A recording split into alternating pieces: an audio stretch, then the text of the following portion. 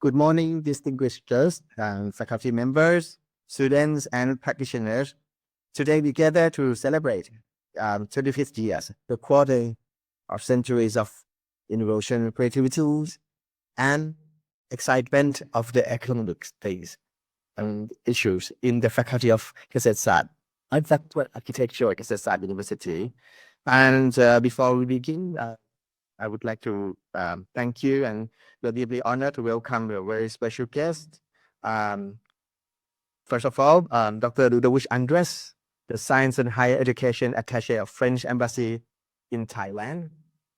Thank you very much for joining us today, and also we learned that you. Thank you.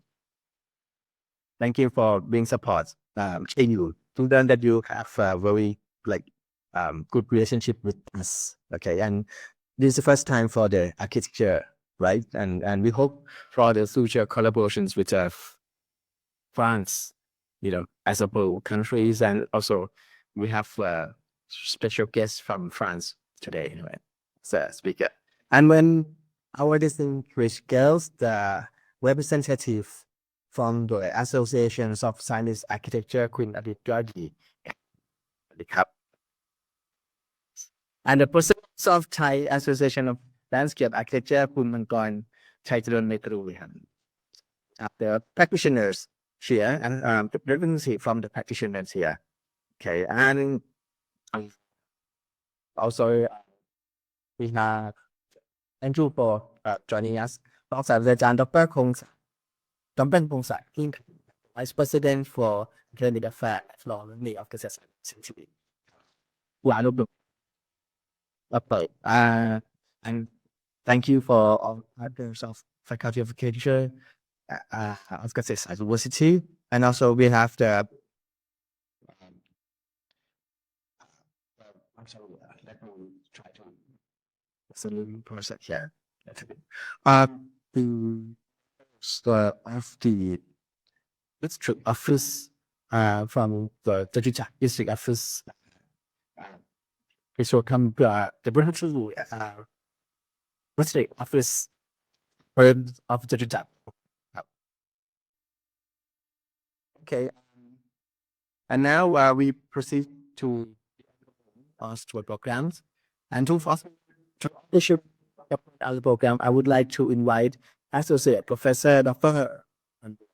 Hocine Vice Dean for Academic Affairs of the Faculty of Architecture to the stage and the welcome address.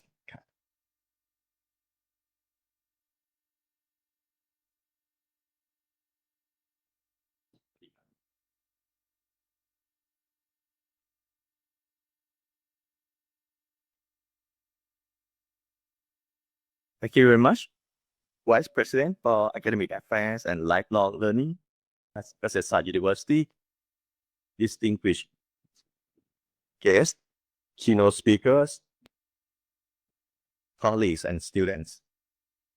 Good morning and sawadee krap. On behalf of the Faculty of Architecture at Kasetsart University, I am honored and delighted to welcome you to the International Seminar and Workshop, Kasetsart Architecture 75 Years, Future of Built Environment.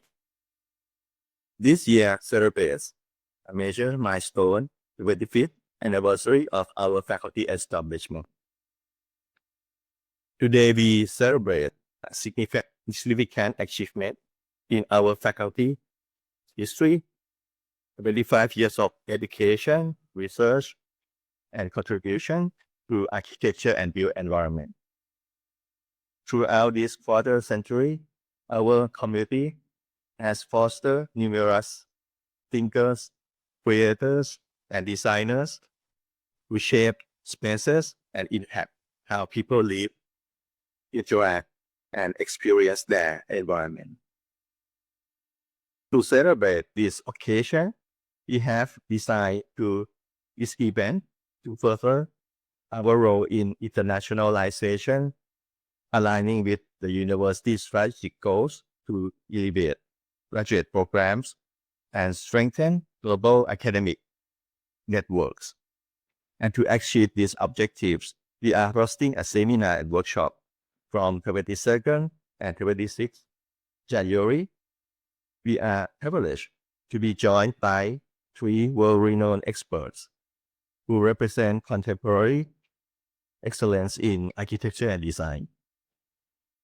Selma B from the University of Lisbon, Portugal, an expert in landscape architecture and nature-based solutions. Hocine Aliouane-Shaw from National Superior Architecture, Edo Passage, Le Bordeaux, France, an architect and urban designer, focus on public space and participatory pedagogy. Juan Carlos Dall'Asta, Head of Architecture at Xi'an Jiaotong, Liverpool University, China, specializing in urban morphology, regeneration, and the intersection of AI and design thinking. Also with our colleague, Associate Professor Dr. Singh Intrachooto, a Thai architect and sustainable innovator, head of the Creative Center for Environmental Design, Faculty of Architecture, Kasetsart University. He will be the moderator for today's seminar. Beyond the seminar, our graduate students will participate in intensive workshops. These activities are designed to showcase our faculty potential, attract international talent, and foster a community of practice and research networks that address both national and global challenges. I'd like to express our sincere gratitude to our distinguished guest, Dr. Ludovic Adres, and colleagues from French Embassy. Khun Adum Kaudi, representative from the Association of Siamese Architects and under royal patronage. Khun Mankon Chaicharan Maitri, representative from the Thai Association of Landscape Architects. The representative from Semio Spafa. At Kasetsart Architecture, we believe in design as a force for good, a discipline that holds responsibility not just for aesthetics or function, but the community well-being, environmental stewardship, and cultural continuity. As we celebrate this anniversary, we reaffirm our ongoing commitment to these values, to advancing knowledge that respond to complex challenges of our time. To our guests and partners, thank you for joining here to share your expertise. To our faculty and students, thank you for your passion and dedication. And to everyone here, your presence and participation bring life and purpose to this gathering. Let us seize this opportunity not only to reflect on our achievements, but to dream boldly, collaborate openly, and design responsibly for the future of our built world. Once again, welcome to Kasetsart Architecture 25 years, Future of Built Environment. May this event a source of insight, inspiration, and meaningful collaboration to all of us. Thank you very much.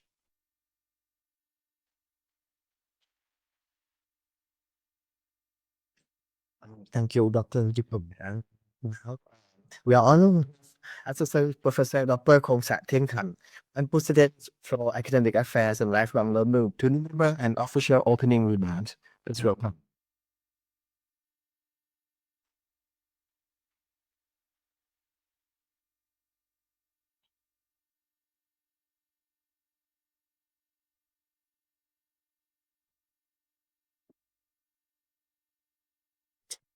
Distinguished guests, colleagues, faculty members, and students, learning. It is an honor to welcome you to Kasetsart University. On behalf of the President of Kasetsart University, we gather today to discuss the future of the built environment, a field that serves as the literal foundation for our collective future. At Kasetsart, the modern university must be more than a repository of knowledge. Mission is to cultivate high thinkers, professionals, don't just react to change, but lead it. Whether we are addressing climate, resilience, food equality, or the digital transformations of our cities, we can remember that architecture is never abstract. It is lived, felt, and deeply human. This conference embodies the academic culture we champions and interdisciplinary, practice-driven, and future-oriented. In my portfolio of lifelong learning, I often say that education is no longer a fixed chapter of your life.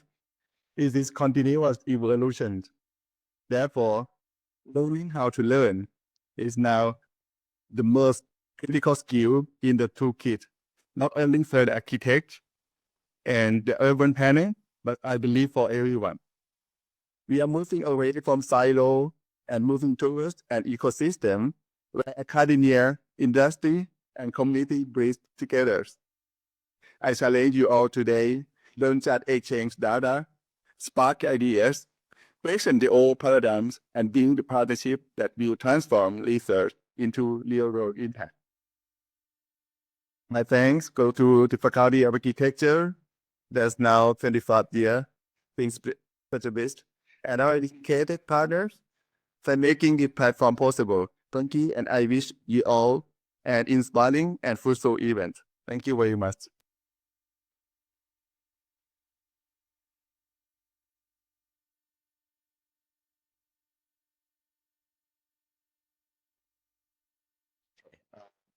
We're now moving to what means events of today in the first session.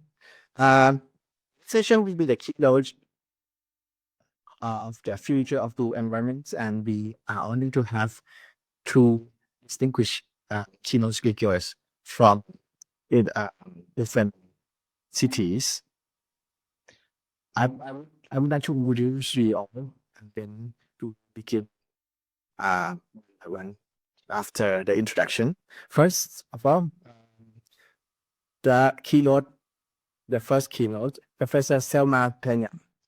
Okay, our first keynote speaker is the distinguished landscape architect and researcher from University of Lisbon, Portugal, and as a coordinator for the research group, Resource Management and Landscape Architecture at the Leaf Research Center. And Herbert bridges the gap between urban planning and ecological restoration, and she has a PhD in landscape architecture, and now she is a leader in using GIS-supported design to foster sustainable spatial development and many works in the regenerative development. The second keynote, Professor Juan Carlos Dall'Asta. I'm sorry if I spelled it wrong. It's good. Thank you. The Department of Architecture at Xi'an Jiaotong, Liverpool University in China. Professor Dall'Asta earned his PhD from North Carolina of Italy and has dedicated his career to urban morphology and sustainable regeneration. His current research is at the cutting edge of our field, exploring an artificial intelligence can be integrated into human-centered design to enhance creativity and collaboration. And last but not least, Professor Hocine Aliouane-Shaw. He is an architect. He is a professor the ecological supreme architecture such the Bordeaux. Okay, actually Bordeaux for short. Okay. Professor, I don't see him as the first name. Professor Hocine coordinates the Building the World program and is founding member of the Transdisciplinary Collective, which you will listen to his presentation later about. I'm not sure I'm spelled right. Okay. Spanish are those difficult. His work is deeply rooted in action research, using connective webs and temporary installations to treat public space, the testing ground for shared proposals. And thank you very much. And we will begin with Selma as well for me.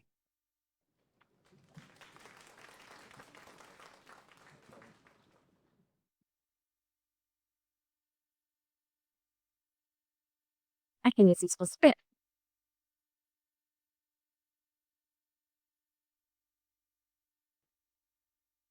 Hello, good morning, everyone, and thank you very much for the invitation. I'm very honored to be here and share a little bit of what we do in my university. I'm from School of Agriculture in University of Lisbon, and I hope to contribute to a fruitful discussion of all these themes that are so important. And I'm very glad to be here for celebration.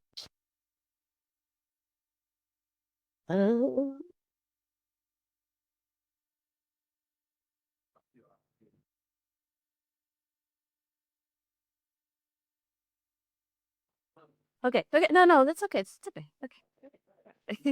I'm sorry.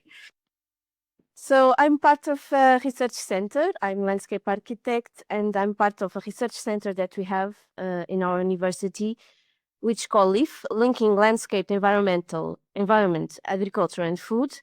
And I'm the coordinator of one of the groups. We have 3 groups. One of the group which is resource management and landscape architecture. This is a photograph of our school. It's in a big campus in the Monsanto Park.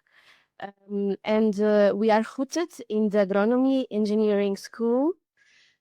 And in our research center, we have this kind of thoughts in this triangular, where landscape planning is in the bottom. So we sustain the other actions and the other research areas that we have that are very large areas, from soil and water management until food and feed processing, also trying to cope with the societal needs and consumer needs. In terms of landscape architecture, I wanted for you to have a quick overlook of what our history is, short one. We had the first course in 1942, which was this person that we have here on the left. Its name is Francisco Caldeira Cabral. And he went to study in Germany, in Berlin, and he brought to Portugal the lessons that he learned there. That's why we have ecological influence, a big ecological influence, because of this background, this history background. And on the right, we have also a person that everybody knows, which is Gonçalo Ribeiro Teles. And this is in the cover of a magazine. And what is here is that the green is not for decoration. So it indicates that his life to societal issues, that's one of the biggest role that he has. That's why everyone knows him. He went to the TV and saying that everyone didn't know, or ignorant, and didn't know how to deal with water and floods, and he was very focused and sharp and direct when regarding societal issues. He was also Ministry of Quality of Life. We don't have this minister already. We don't have this name, but I think the name is very appropriate. The quality of life. He was the minister, and because of him, lots of policy instruments regarding landscape protection in.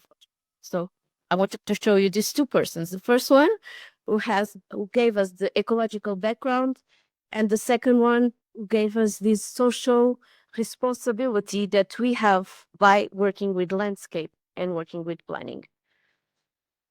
That's the words of one of the sentences that Francisco Caldeira Cabral told us was about the beauty of landscape. And here we see a lot of regarding the ecological background. The beauty of the landscape must be precisely the splendor of disorder, which manifests itself in the biological balance of the various factors that operate within it, and in its perfect suitability to the interests of the people who live in it. So showing that everything is interconnected, and if it's planned and it's in the right place, we have beauty, we have order, and we can have beauty. So it's a nice sentence that I choose to bring you here. And these are some pictures, people on the left of the Gulbenkian Park. This was a park projected by Gonçalo Ribartelos and Viana Barreto in 1966. It's in Lisbon, and the landscape. It's very used by everyone. We have these woods and open areas, and also paths that are meanderized. So it's it's always a surprise to get in somewhere in each place. So we have these ecological assumptions, the use of spontaneous vegetation, the natural vegetation, always thinking about the resilience of the space, the reduction of maintenance costs. So we need also to think about this. I think you that to work with landscape, we need to think about this reduction of maintenance costs. But we need also to think about formal composition. One of the concepts that Francisco Caldeira Cabral also developed was the continuum natural, the importance of having continuities inside the city and from the city to the rural space, and to think like a system, a living system. This all comes from the influence of German studies, and the need to understand the fundamental structures of the landscape. Here we have two recent projects, only two pictures, that are from landscape architecture studios. We have in the left side the Tagus Riverfront that won a prize recently, and we have also Ribeira das Naus that won a prize. It's from ProApp. So just sharing a little bit what we do in our research center. We work with the landscape structures, and we also look to that in a landscape system approach. Everything is interconnected. Sometimes we need to think landscape as different separate things, but we always need to bring them all together. We have this need to have this landscape system approach. And we have an ecological based planning that is very rooted. We use this in several scales of planning: national, regional, local scale also. So to understand the ecological processes regarding water, soil, vegetation, people, cultural aspects of the region that we are studying. And we not only use the watershed as the basic and scalable unit for territorial planning. Before us to identify and to delineate fundamental structure of the landscape, and also to make the relation with the restoration process, to understand where should we act to have a landscape that should be restored. Launch the best strategy, integrated functioning of water cycle, soil formation, and preservation and enhancement of biodiversity, and of course looked by everyone. So in Europe, we have European Green Infrastructure Strategies that was published in 2013. We worked before this in ecological network, ecological structures. Now we have a new term, but it's very quite similar, which is green infrastructure or ecological infrastructure. That provides us this big approach, which is strategically planned. It's designed, it's managed to provide a wide range of ecosystem services. This in Europe was quite important because it provides all the countries to think that ecosystem services provision is related to ecological network planning or green infrastructure planning. And in some cases, this was not quite well in terms of policy thinking. And ecological infrastructures considers these critical landscape structures to safeguard different systems, and that could be identified, can be planned. So we need also to map this to see where this locates in the landscape, and always to have a vision of the future. How do we want them to be?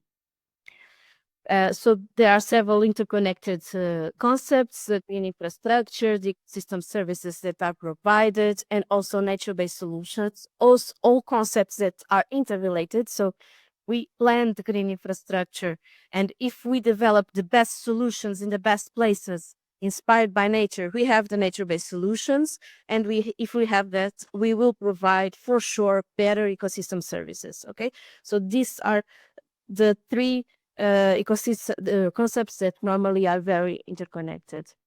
Also from the European Landscape Convention, we have like a definition regarding landscape planning that says, which is the means strong forward-looking action, landscape planning, to enhance, restore, or create landscapes. So regarding the theme, which is the built environment, we need to think about this forward-looking. So what is the vision for the future that we want? And we have some clues here. So enhance, restore, or create. So I believe that making value, to create, to restore, and also to act are some keywords that are very important to consider. And of course, always to understand the context in terms of ecological context, but also in terms of cultural context. It's fundamental. So in terms of ecological context and also cultural context, we are very far apart. It's just for me to give you a quick overlook. Portugal is a bit far away. We have different area, population density. The climate that we have, it's quite different from here. We are Mediterranean, so hot, dry summers and mild, rainy winters. And also the rainfall, it's quite different. And we have differences of these temperatures and rainfalls in the south part of Portugal and also the north part of Portugal. Just for you to have, I think, okay, a quick overlook of Portugal. So we are near Spain, and we also have the Atlantic Ocean. And we have quite different landscapes. We have all the coastal landscape where we have cliffs, but we also have parts of the coastal area that it's not cliffs, it's dunes, and it's lower areas. And we have in the central part and the north part, we have more mountain regions. Okay, so the settlements are smaller, and we have agriculture around them. And then we have the forestry and shrubland its surroundings. And normally we also have the valley bottoms with agriculture because we have the good soils. So people, of course, adequated to the good soils. And then we have the south area that you see here in the middle, which is, you see in the map, the area with less slopes. And it's more smooth, the relief. We have less trees because this is a agroforestry system. Okay, it's man-made. We have the cork oak and also the cattle. So it's completely different landscape that we have.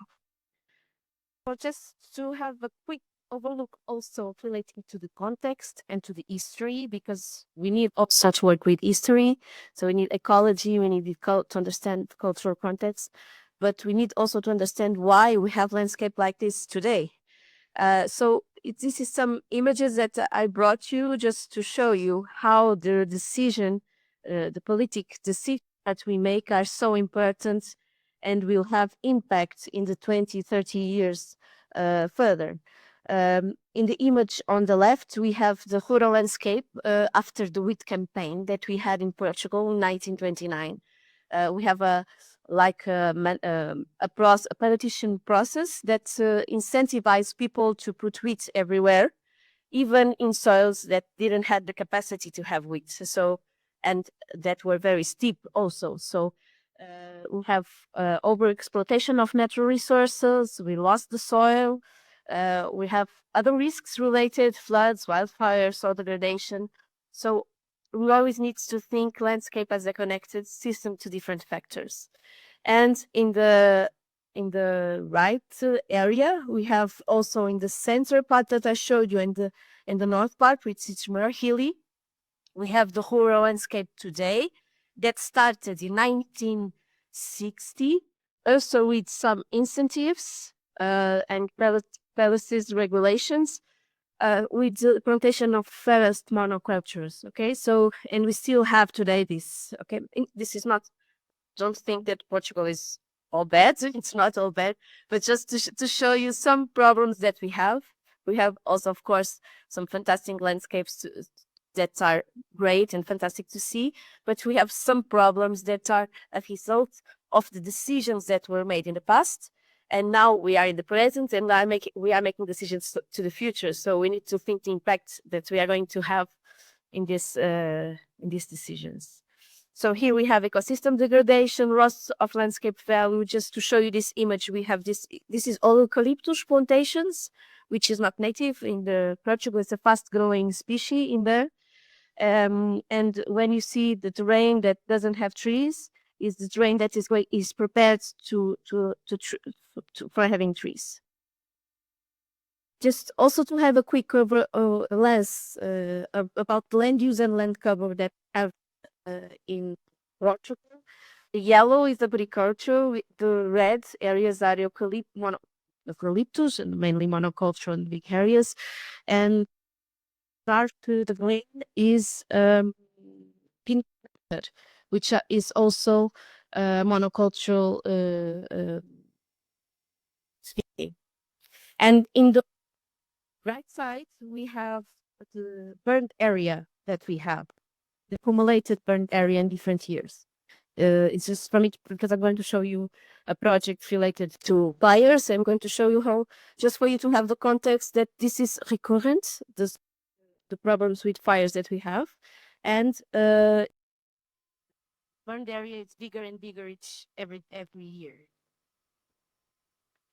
We will cover with the concept of land morphology, which is this one of seeing, looking to the landscape, see where is the valley bottom, the hill slopes and the hilltops, and by this understand the suitability for different options.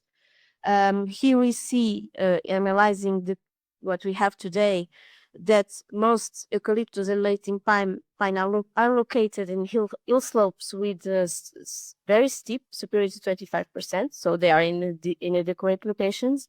And also regarding the forest and patch size, they are big patches, so they are also not in the right dimensions. So the kind of landscape that we have in center and the north part, in some areas we have this kind of thing. It's oversimplification of landscape. We have soil degradation, biodiversity loss. In the middle, we have, this is an area that was burned by wildfires. I went here with students for them to see. We also see what should it be here and to discuss in field. And they were really impressed about one thing. It was the silence. This landscape is completely silent. It's not a good indicator of a healthy environment.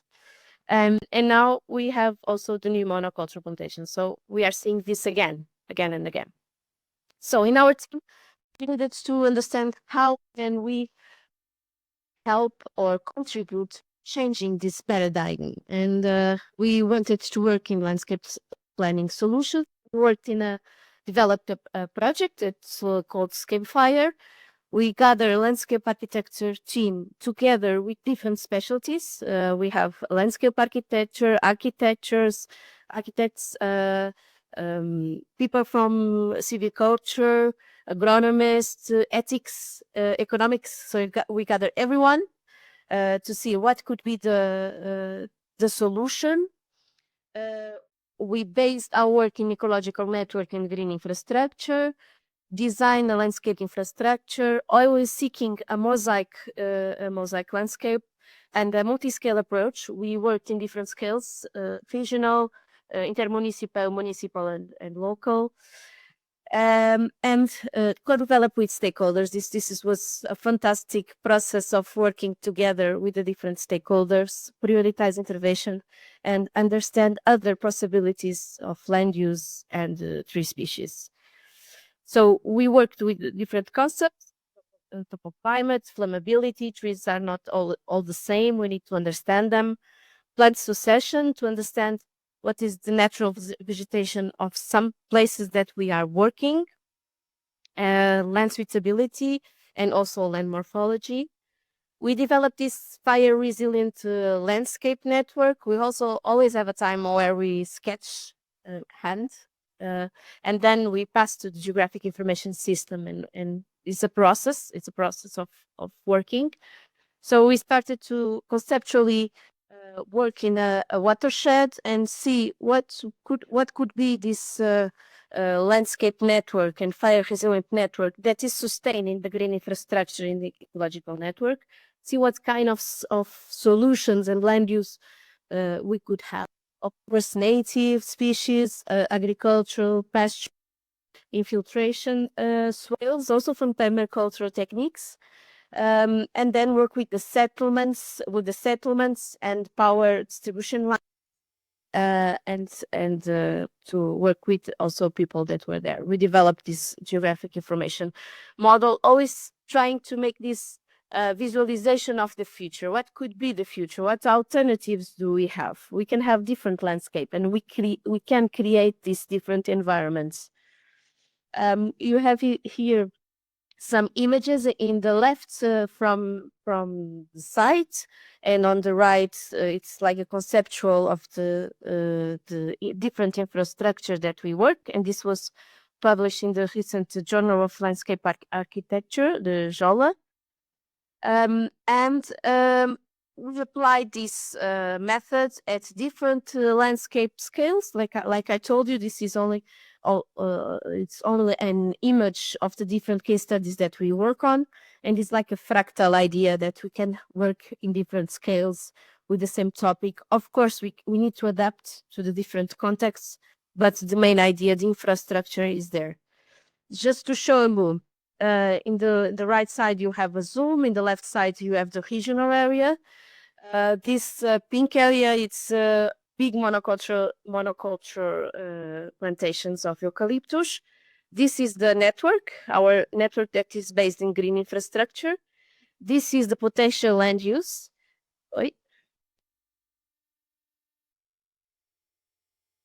And this is the landscape transformation plan. So we started from one area that is completely monoculture of eucalyptus to a very diversified area in the end. And the things that are good need to be conserved, and the things that are not in the right place needs to be transformed. So we got some numbers. So we got that 35% needs to transform, that we could invest in agriculture from 23% to 35%, and that we could invest in native species that could expand to 31%.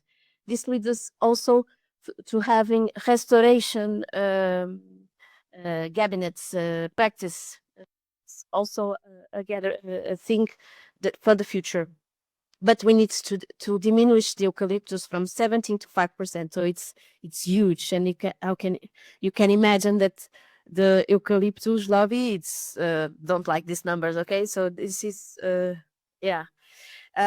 to see that there are alternatives. We can have different species that are adapted there, that also has economic value, that has a cultural value and environmental value. Sometimes we need to make this shift. We can prioritize intervention, which is very important to make this connection with ecosystem restoration. And we can have the information about the areas that need more finance and more incentives. This is an image just for you to see the future scenarios that we work on with green infrastructure. In the right side, we have the zoom on current land use and the 2030 scenario, and then the 2050 scenario. So we always work with time, of course. So we need this time to convince people, and also to implement a phased intervention, because trees need to grow, everything needs to grow, and we need time. This is another case study, Pampilhosa da Serra. here we work with people. It was so good to work with them. They were very discouraged. They thought that they believe in what we were proposing, but they thought that nothing would be done, and they were like very sad about that. But they see that we could have other products. They also looked at our plan as a turnkey plan. If the plan allowed them to make more transformation in a quick way, because we have lots of bureaucratic process. So they liked it, and they told us that they needed to know how to do it, to teach how to do it. I'm almost finishing. This is also an area in Papilhos da Serra, which are common lands. We have, like in Portugal, we have areas that are from everyone. So it's managed in rural areas from everyone, with everyone.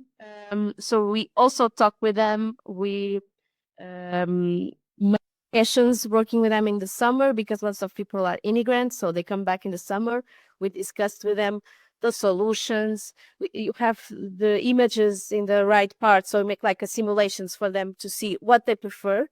They prefer, what kind of landscapes do they prefer, and what kind of landscapes they think it would happen. So we always see that they are not very positives. They are negatives by not believing that in terms of politicians something will happen, or policy instruments, but they know what they want. And it's nice we saw lots of votes in what we propose, which is a diversified landscape with recovering of the water streams, with honey, with the pastures and native species.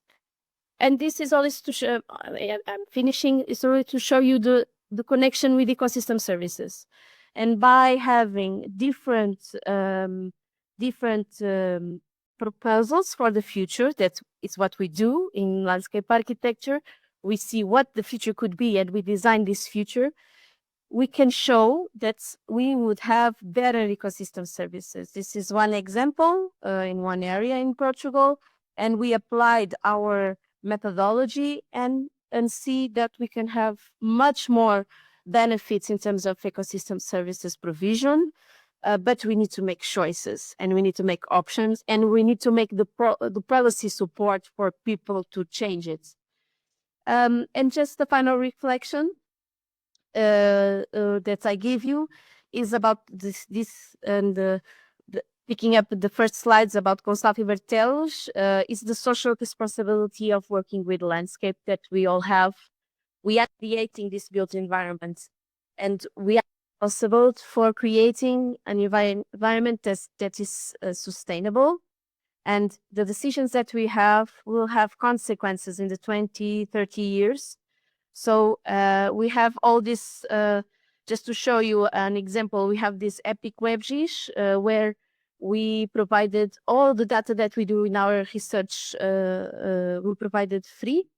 Everybody can then download it and use it, because we believe in this social responsibility, providing public awareness, data exchange, and knowledge exchange. And just went with an image of Mato da Margarata. This burned this year. We have a major fire in the center. And the Mato da Margarata, it's a protected area that has native species. It's very biodiverse, and you can see that it did not burn. Okay, so the core area intact. We had some burning in the surrounding areas. Everything burned. It's very sad environment, but we can have this, and if we could do this at a scalable region, we would have a kind of different building environment. That's what we do. Thank you very much. Thank you.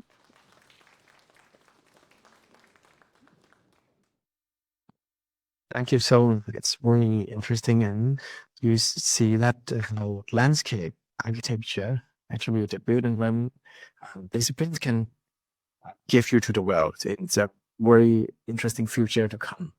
Okay. Next keynote speaker, Professor Juan Carlos Dall'Asta. Please welcome. Great. Good morning, everyone. Thank you for the invitation. It's really my honor and pleasure to be here to share some knowledge in a time where knowledge is so valuable, right? So this is the title of my presentation. Of course, trying to respond to the topic of this morning, right? That is about future of built environment. Just a little bit of background. I'm Juan Carlos Dall'Asta. My education is completely from Politecnico of Milano. So what Italians define as the core of the morphological school. So proud about that. I have to confess, I keep some critical distance, maybe because my many years working in Asia and China, so trying to find a different perspective, but still going back to the roots sometimes. This is what's going to happen today. So it's a sort of also personal exploration about this transcultural point of views in terms of urban morphology, right? So going back to the topic that is about future, right?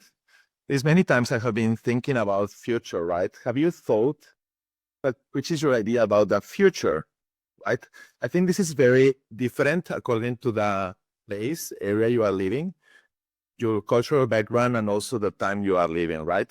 I remember the beautiful movies in the 60s about exploration of the moon, the conquer, all the science fiction. And maybe recently, I don't know, for young generations, what is your thinking about future? In China, there's a lot of uncertainty, it's sometimes scary to think about what is going to happen in the future. For sure, there's maybe a common ground going across the world is that people think that future maybe perhaps is related to technology, right? Which friendly, I mean, yeah, we can agree, disagree, but it's something that of course is very interesting to try to understand. And in a way, there's a sort of obsession, right, that is related to innovation, to new tools, of course, artificial intelligence, which I'm very supportive, by the way. Don't misunderstand it when I will criticize it later, just because I want to do that, But there's this idea of cities, progress, technology, innovation, and everything, How can this really be our future? But today we are talking about something different. We are talking about cities, right? And we can say absolutely that the evolution, the speed of evolution is totally different, right?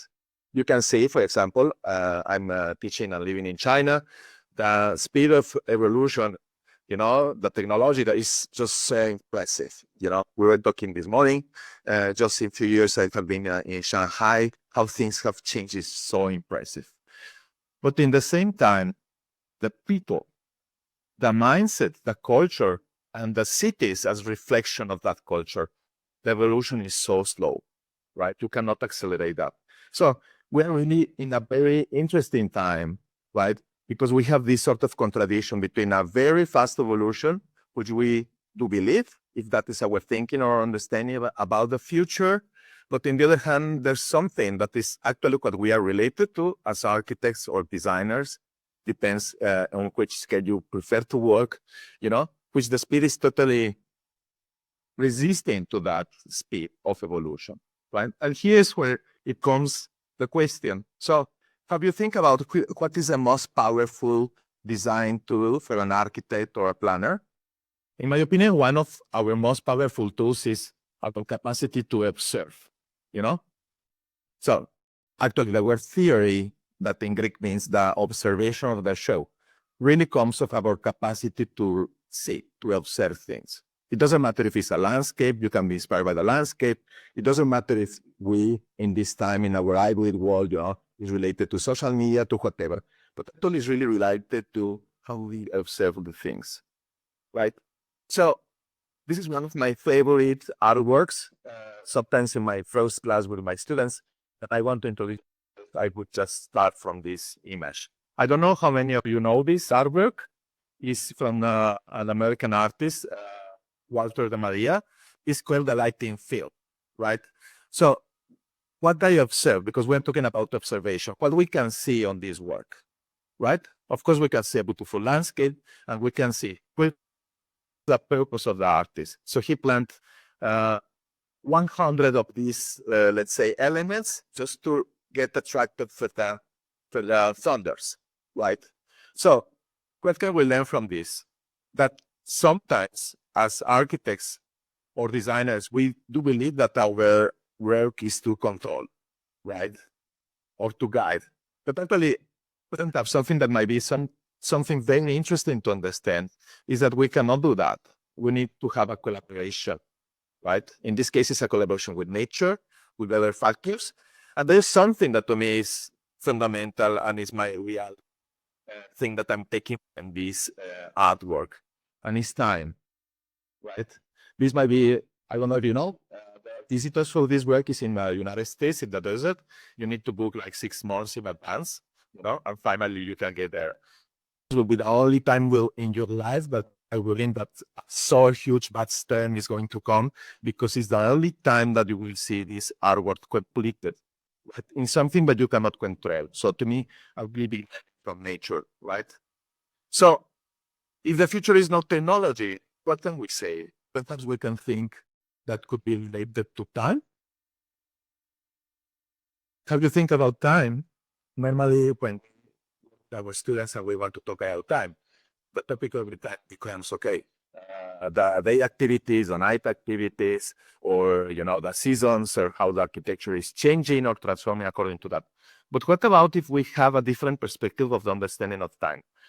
According to Dr. Benjamin definition, time is not linear, right? So time is a more complex process of continuity and discontinuity.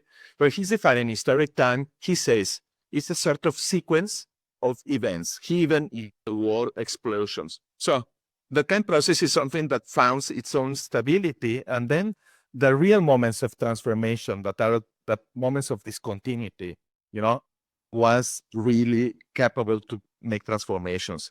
We can play with waves in terms of, if we refer again to the hardware, like in terms of what we can control, in what can we predict, on what we want, of what we want to be free. I think this is very interesting in a sort of approach that we can always into what we can call an open approach, right?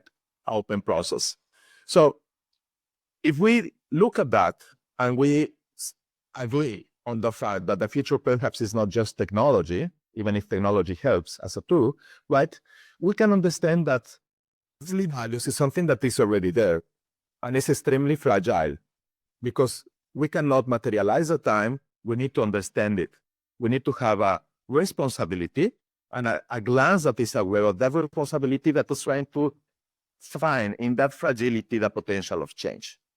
So how can we observe a city? A city, as we define in Italy, is an extremely complex bevy of things and phenomena, right? I prepared about this word from André Mello. My French, of course, is not good. Sorry for that, right? When he was tasked to speak about this exhibition, the Imaginary Museum, that was about archaeologists. It's something very similar to what happened to our students now. You have an excess of information, right? My generation was lack of information. If we want to best generations, we really struggled to do that. When I was studying in Italy, my professor came, the person will be in Germany.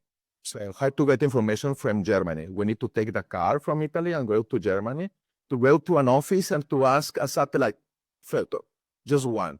We pay a lot of money.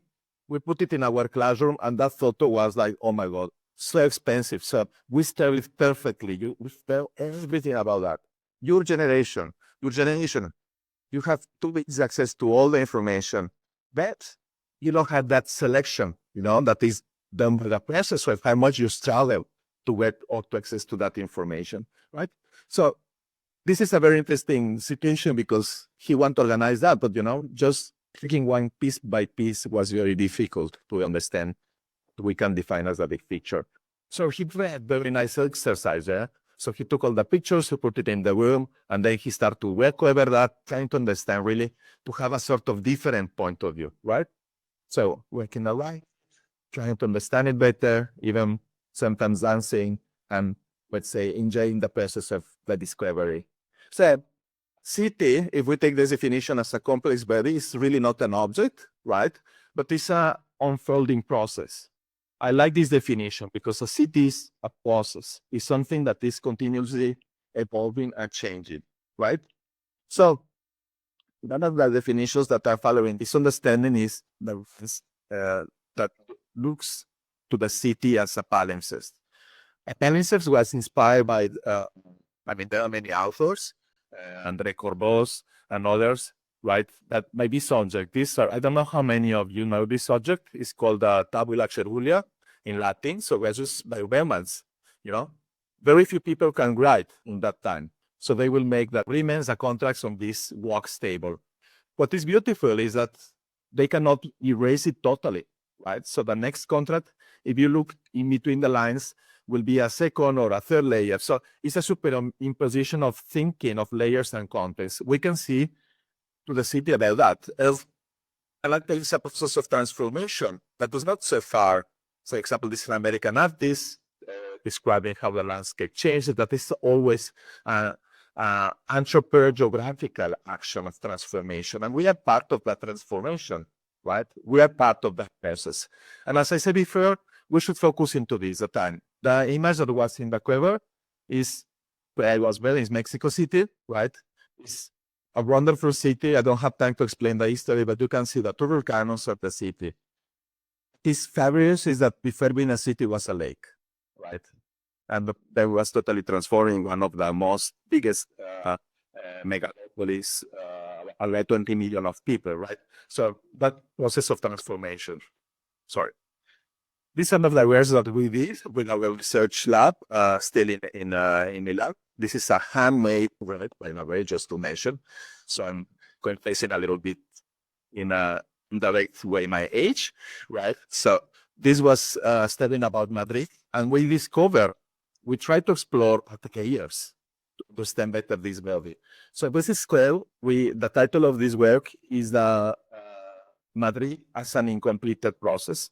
So we took the fragments of all the different ideas of the city, from the Renaissance, from the Baroque, from the 19th century revolution, the ministry, and the linear city, very famous from Madrid, from Sorianata, right?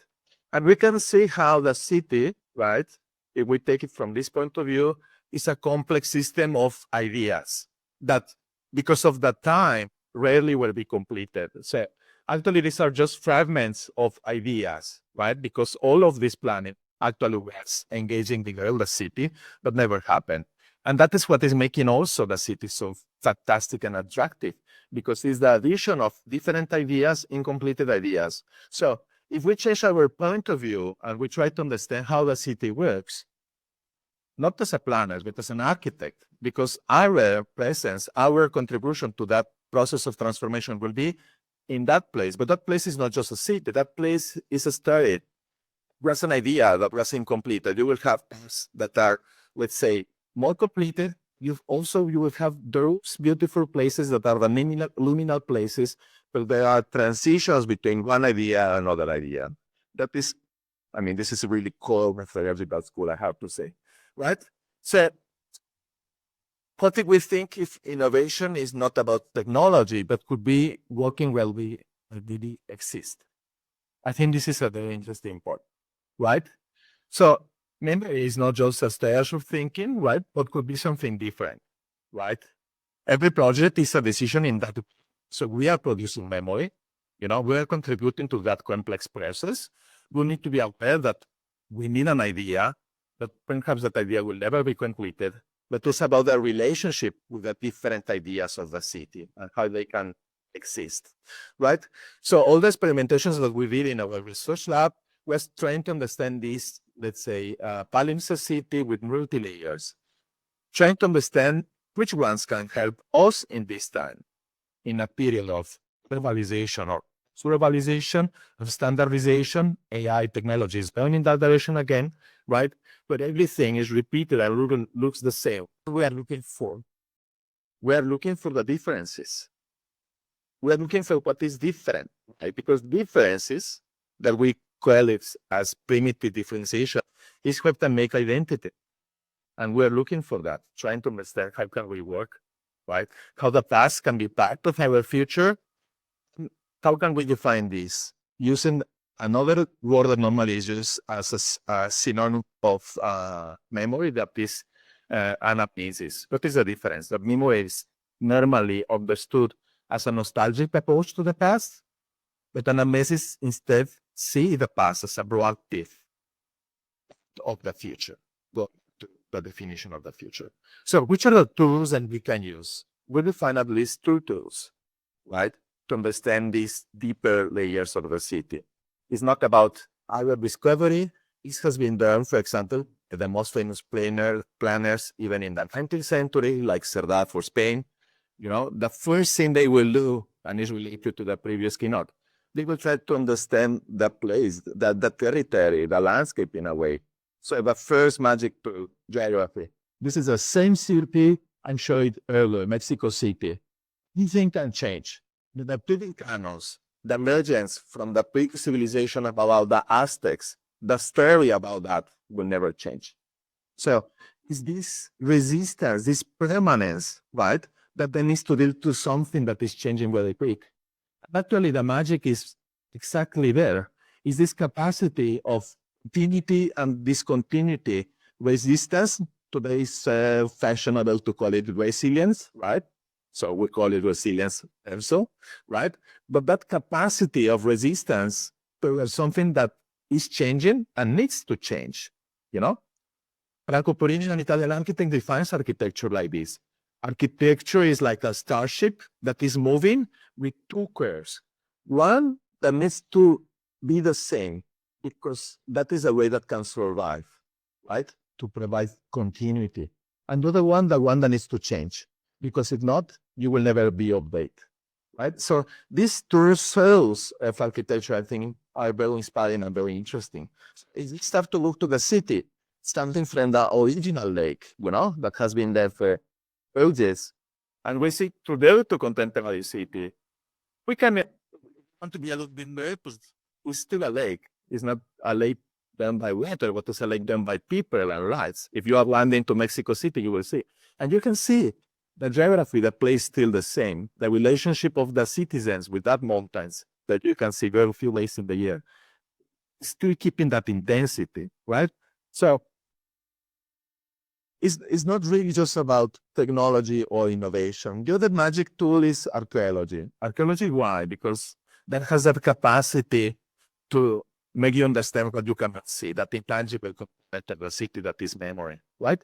This is a beautiful place. It's called the Plaza de Tres Culturas, the 3 Culture Square, because we can define a chronotepos. So segments of time that are staying in the same place at the same time.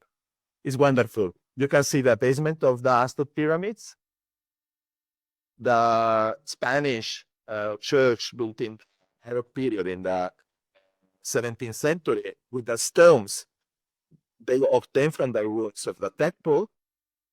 And as background, the wonderful project from Mario Pani, working inspired by Hilbert, right, and Le Corbusier, the cabinet, the mueble. All of them produce the same archetype, that is an enclosure, right? But with different times and different concepts, and everything is together. I think this is really inspiring and wonderful. So if you look to the city from this perspective, if we understand that there is a part of permanence and there is a part of discontinuity and variation, I think we are getting into an interesting approach. I will love it because we work with some archaeologists to find it as uncompressible earth material. So that part that we resist, that part that provides identity. Again, it's not because everything needs to exist, but it's a beautiful, because architecture is a dialogue between different times, right? So it's that wonderful experience between different times that can make really the city. How I approach it, because a lot of students and of concepts, very few images, and a very intense content. We approach if we want to make this a design tool for other days. If I'm a student, yes, I really learn, or maybe I really don't like a lecture, but yeah, how can I apply that tomorrow when I have a design studio, right? So I thought we we explore three different paradigms related to three different cities. So the methodology is again to dig, to discover, right, that primitive differences that can provide identity to our contemporary time.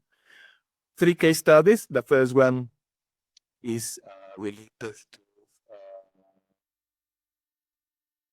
the first paradigm is interference, and we have a case study that is New York City, right? This was done together with Liverpool University. What we did in a city like New York, we went to study the original geography and the history of Manhattan. This is Manhattan, right? And we discovered that Broadway is the original path from Native Americans, right? Which their understanding was related to the mounds. So to the celebration of death, right? Though we didn't have a city, we didn't have a fixed city, then just moved by this, let's say, partially artificial geography. So that line actually is a geographical line, right? And then when New York with the famous Great Cane, of course, decided to keep Bedwell as a line that created this contrast, this clash, between the two different systems. And we discovered that is kind of the nature of New York. Reading where Cook has the little stack, he's quoting about this repetition and variability that is repeated, even when you are in the survey, the 9, the 13, 32, 55, that is related like a macro scale of 9 blocks. That actually is when you have the interference between the grid and the original pathway. And other places of the United Square, Times Square, the Flatiron Building, the shape is coming from that relationship, right? So this is how we see that part of the city. So the first paradigm is interference. The second one is superposition or replacement. We go back to Mexico City as a case study. It was a lake with 5 islands with ritual temples. And then the city, I'm scared. Then the city was expanded, right? Today, you arrive to a city, you never understand that was a lake. Everything is so big, everything looks all the same. But if you go deeper into that understanding, you will understand that square that I showed you before, the 3 square, the 3 culture, is precisely in the center of one of the original islands. And it's not a coincidence that centers were centers and still centers, right? So it's that resistance of the city in the process of transformation. And the last one is a transcription. Case study is REM, right? So again, the geography, REM is called the city of the 7 hills, right? And you can see the Circle Massimo that is actually totally defined by the geography of the city between these hills. And then this becomes the matrix of the grid of the expansion, and the city actually is still in a way celebrating that memory of that geography. It's not all of them, but of course these are 3 paradigms into how can we approach that, right? So again, going back to practical things, like how can we apply this learning and understanding? So our advice, of course, is to look to future, looking back, looking to that proactive memory, memory of the future, right? And trying to understand what we have that can produce identity, right? Into digging into that layers and trying to understand how can we work with that. Transformation is a matter of and design of responsibility, right? Design intelligence, that is, I will not talk about this today. Of course, is going close to artificial intelligence, which I believe are my last keynotes, right? Is to work with time. It's not just about time. It's not just a tool, right? And it's a cultural capacity. So artificial intelligence accelerates processes. Our culture is the one that needs to provide the direction of that acceleration, right? Acceleration without orientation is totally empty. And I think this is the risk we are facing with new technologies and artificial intelligence, which are super. Just to conclude, this is a conceptual map of the things I have been mentioning. You will have some keywords, some concepts like anamnesis, calypses, chronotopers, some definitions that are coming from our research lab, that primitive differentiation and the composable material, everything to produce red. And we produce this kind of maps. We call it like urban biography. You know, it's a superimposition of that cities, of that ideas, that utopias in a way of that city. How people has been reflected, that people was dreaming about what the city should be, and how can, from this way, we can have a deeper understanding. A sort of matrix that is the one that is able to produce a qualitative transformation of cities. That's it from my side. Thank you for your attention.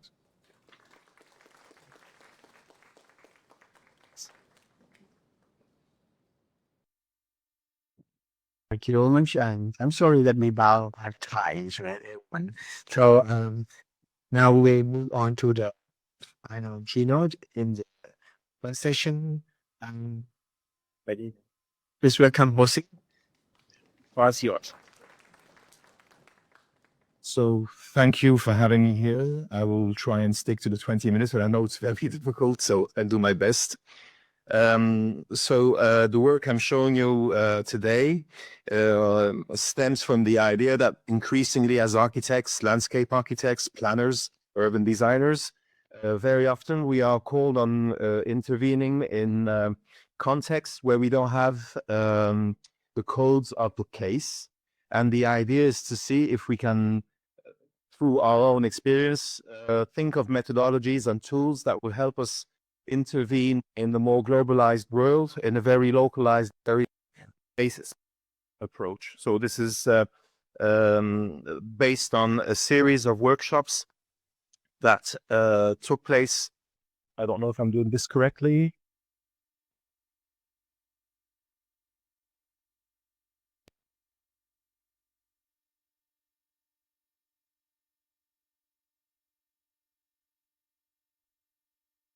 Proper punch.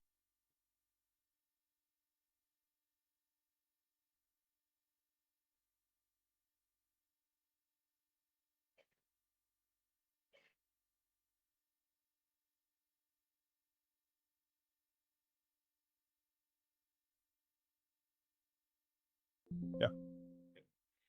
So this is based on a series of 4 workshops that took place in Morocco over 4 different iterations.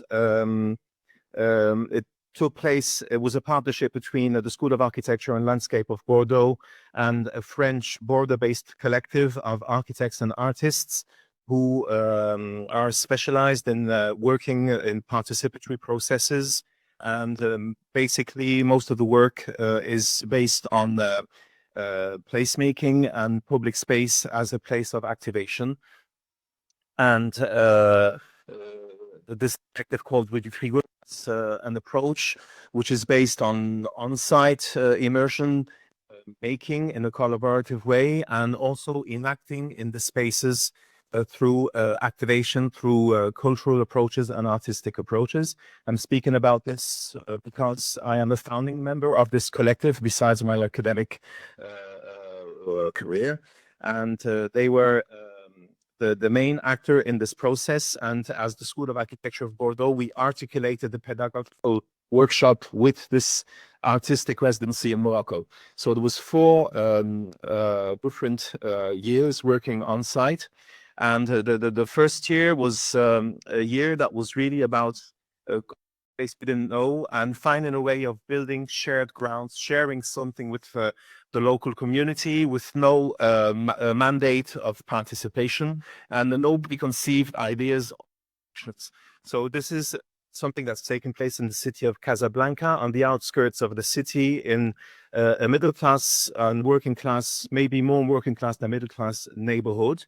This neighborhood, which is called El Firdaus, had 2 major public spaces, a beautiful lake that was heavily degraded, and a central public space that was also quite run down and left to decay. And the idea was to come into this neighborhood with no preconceived ideas, no solutions, no design solutions, and to say, we don't know this place, we don't know the people, we don't know what they want. How can we establish common grounds with these people? And the approach that we had was to say we will have a more hands-on approach, a more active approach. So we kind of created a fictional a workshop that produces urban furniture, and this was a fiction. It was to get people to interact with us, and we settled a factory in the public space, and we started getting in touch with the population.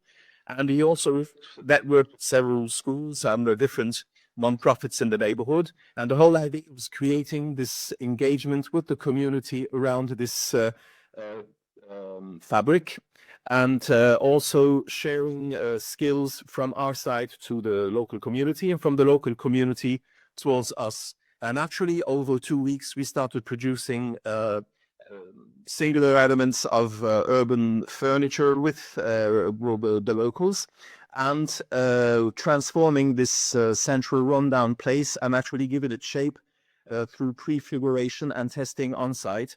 And as I said, there was 2 major places in this area. There was the central place and there was the lake. The lake had this very bad reputation, and people who had no interest in the lake, and it was polluted.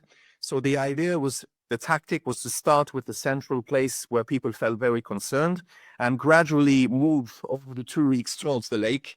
But the approach towards the lake was more a kind of hacking of existing infrastructures and actually intervening and getting very close to the water, sometimes without asking for permission. And as we said, we'd rather apologize than spend 3 weeks asking for permission. And so over the 2 weeks, we had this production of spatial installations that did not have the pretension to be permanent. They were ephemeral, they were prefigurative. The idea was to test uses over these 2 weeks and hopefully for a few months, and just be able to show people that certain things that you do not imagine are possible, and that you produce shared intelligence through making, which is, instead of the intellectual process being purely virtual, it becomes hands-on.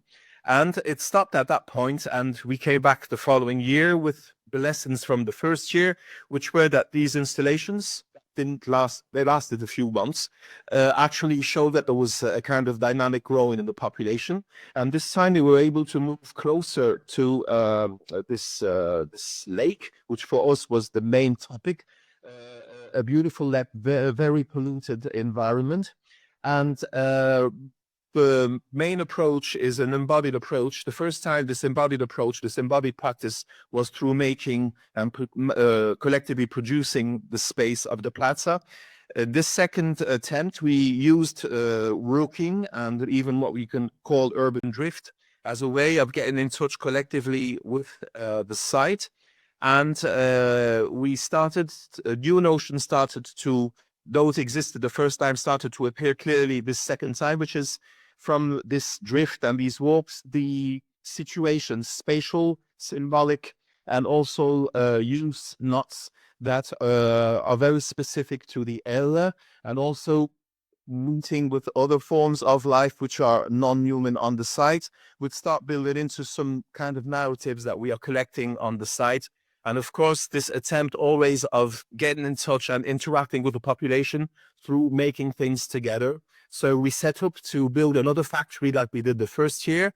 And at the same time, the workshop, student workshop, was trying to identify these hotspots, these situations that could be places of revealing the place, but also maybe acting on the place.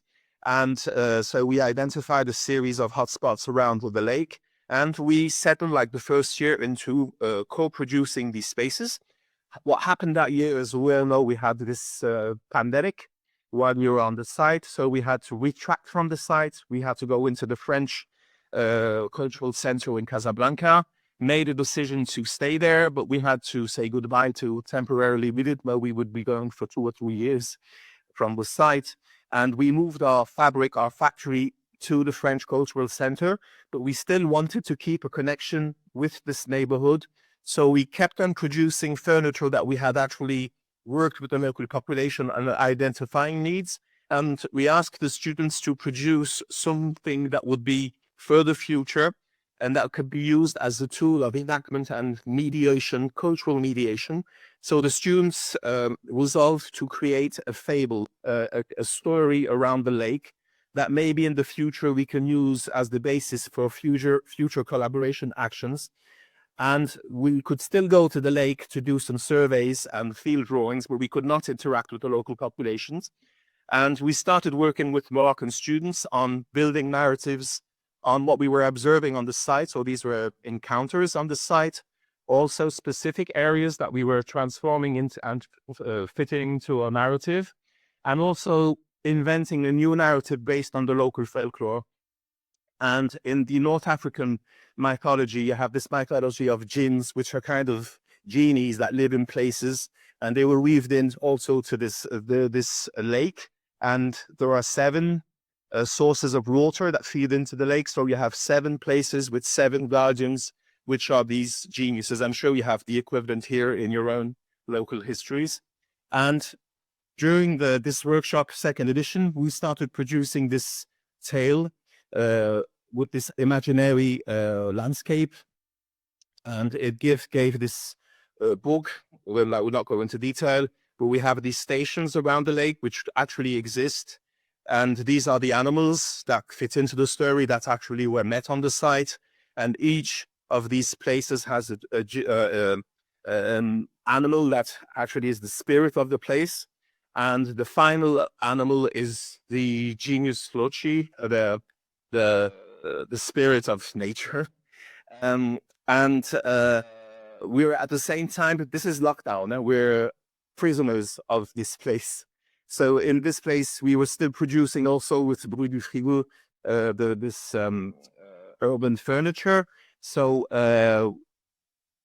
kind of illegally, we took this furniture at night time back to the site, and we brought it to the different places we were working on. And so these were kind of guerrilla delivery of furniture in the neighborhood. And these were the different installations that we finally were managed to do. So that was a second iteration where we moved from working on site in collaboration to actually building fictional narratives for the future. So we come back. And then after an interruption of 2 years because of COVID, we came back. We also keep on using body. You use your body to get in contact with the site. So drifting, rocking. And this is something, I'm sorry if the sound may be a bit strong.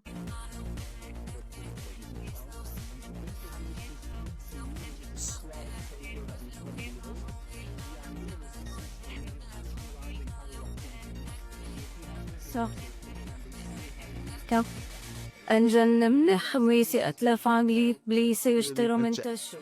serves many purposes, but at the same time,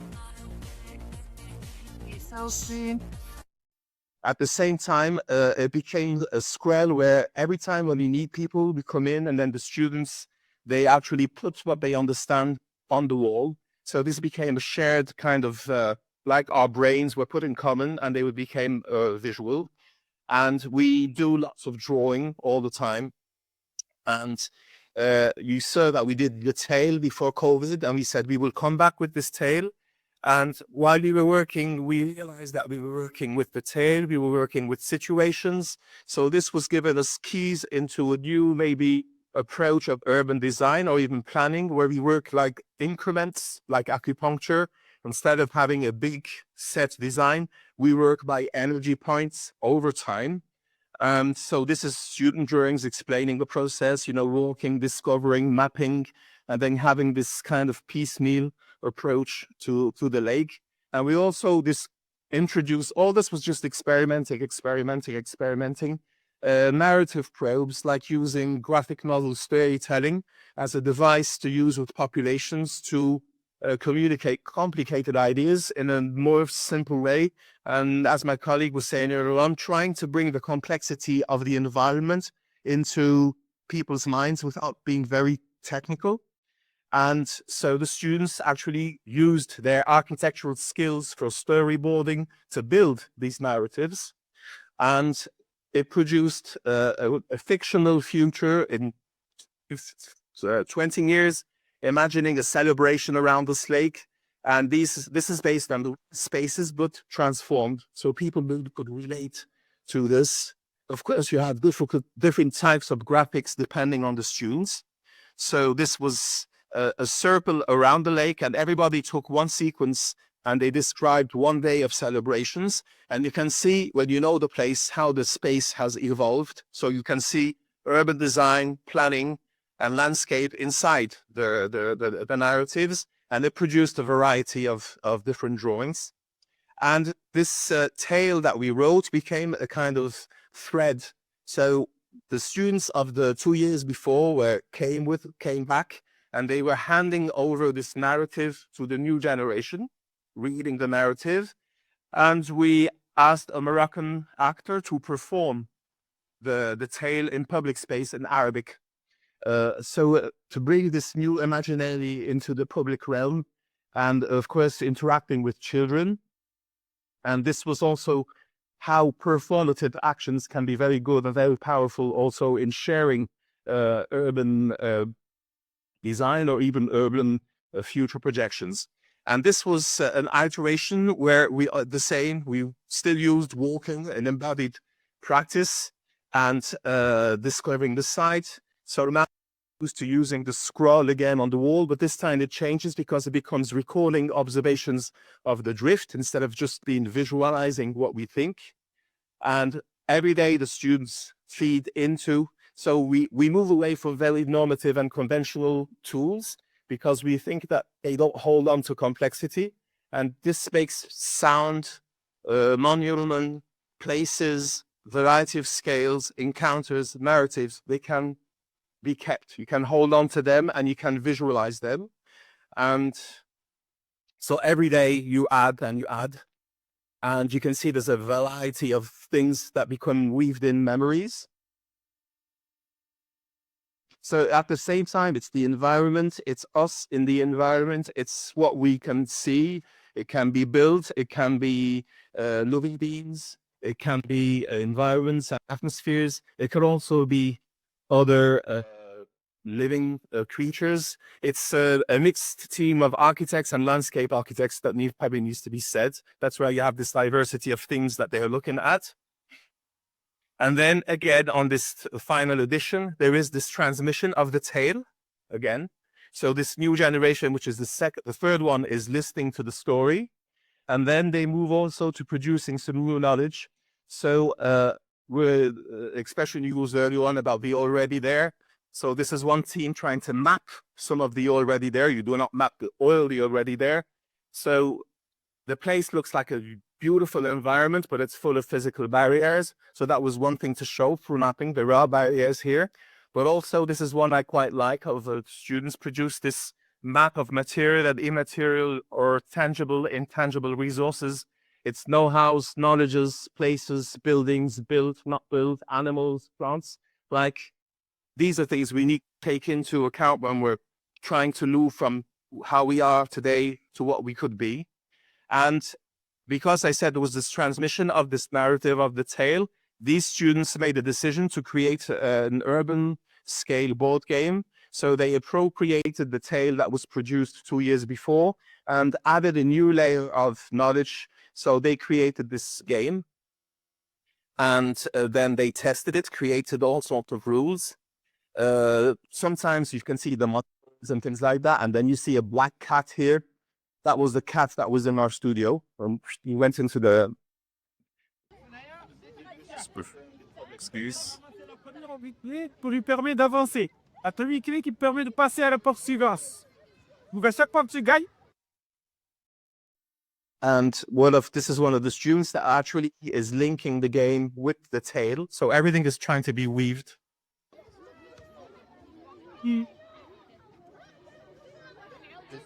With the chain roller was linking the day because we cheered in from the cans, and everybody come over.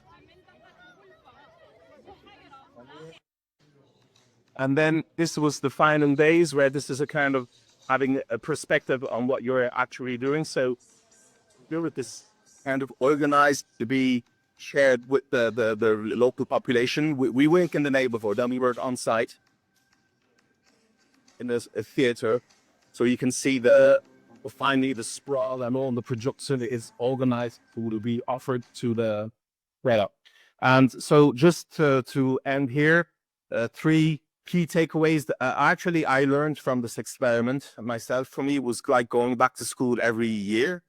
I learned things I found it very difficult to learn while I was doing, but then when you go back to the studio and you think, one thing that really came out, the importance of what you call boundary objects. So these elements like the tail, like the drawings that are not technical, that bring people into what you're talking about, and they can transform them, and they transform you, and so they evolve.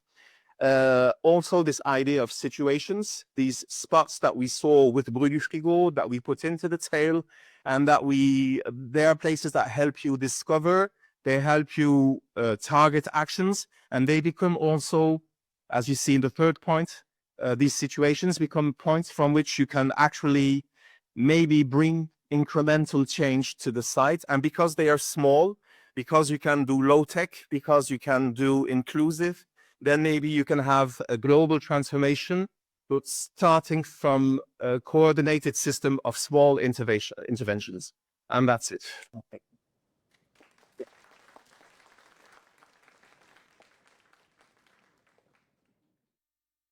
Thank you very much for sitting, and yes, it is nice to see the different moods of the future of built environment.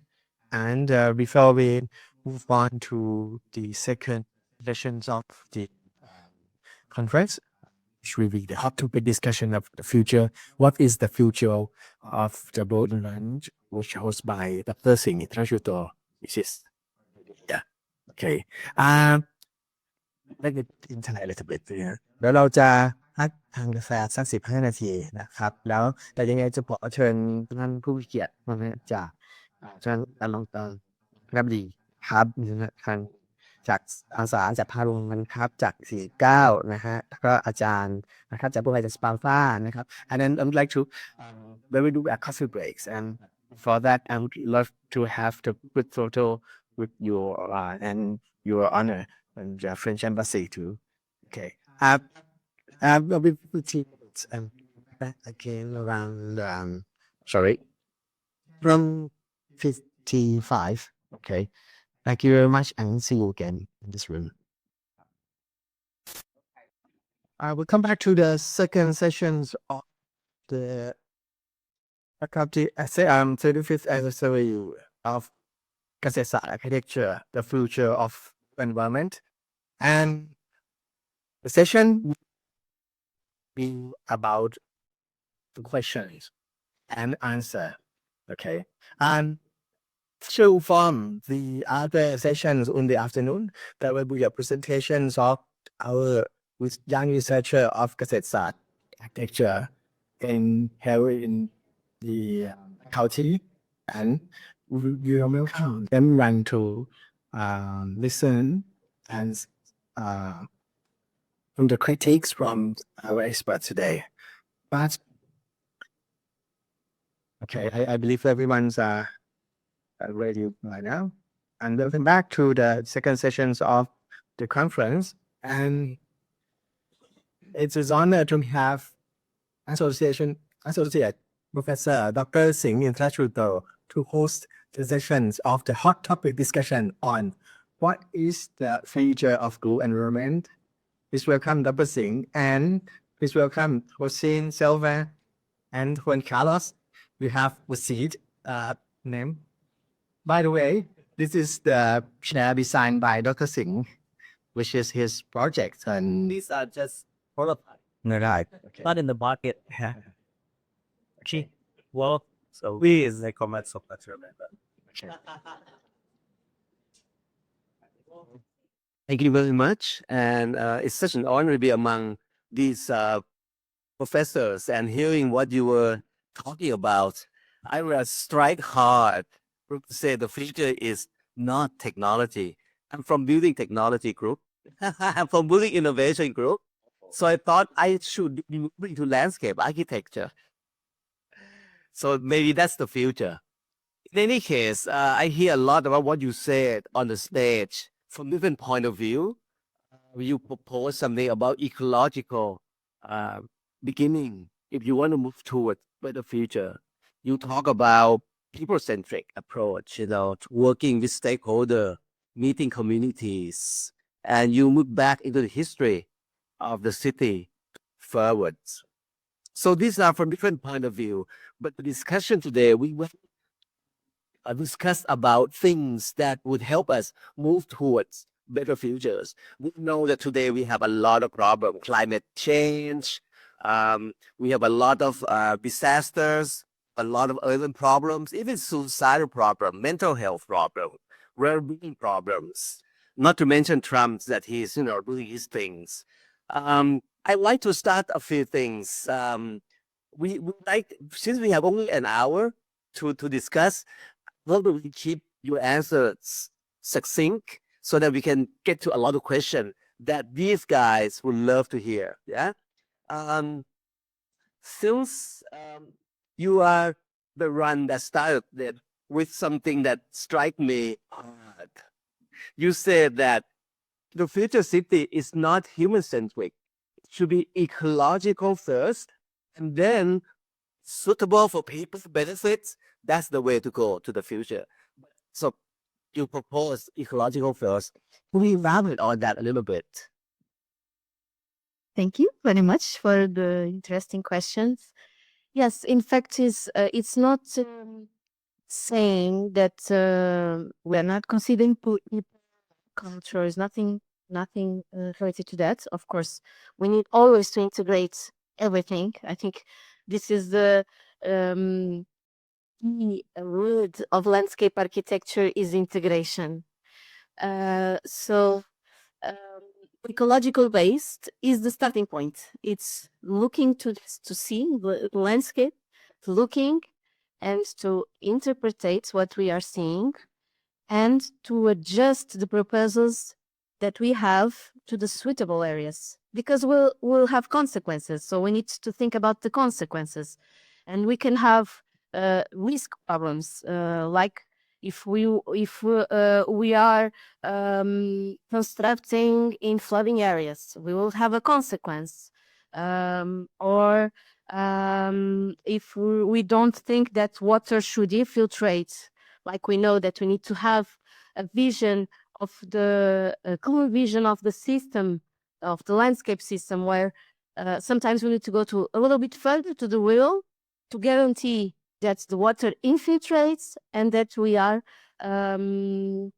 promoting the construction in the best places. So we first need to look to these ecological systems that are in interaction, and then go further to the decision where we should construct. One of the studies that we did in Portugal, it was at in our research center. It was at the national scale, but we go to the city, the district capitals of Portugal, and together with the Faculty of Architecture, we studied the evolution of these districts to see how they evolve. And we looked at the beginning of the district, the capital was always in a suitable area. People choose the best way to construct. And then after along the years, the construction area started to grow. And when we don't have planning policies to regulate this growing, it started to affect the flooding areas and also good soils that were destructed. So we saw this going. So it's very important to have good landscape planning, good regulations, and the involvement of people, and also to show that this is also a question of money. Okay, and this is a good thing to show to this, especially to the decision makers, that if they do nothing, we will have a big problem in the years. I think that's clear. I think this is a good point to come to I wouldn't say the opposite end, but for me, for you, it's more of the earth first, that ecological come first as the foundations. But for Hocine, you focus on stakeholder, you focus on the social aspect, the participation process, the cooperation process. can you how do you balance this ephemeral or temporal exhibition, installation, furniture, the working part that will address the today's issue, yeah, with the like with the long-term urban planning goals that 10 years, 20 years, 30 years ahead, because these are the things that both of you teams seem to address on different time scale, which I will come to you, Juan Carlos, later. The time.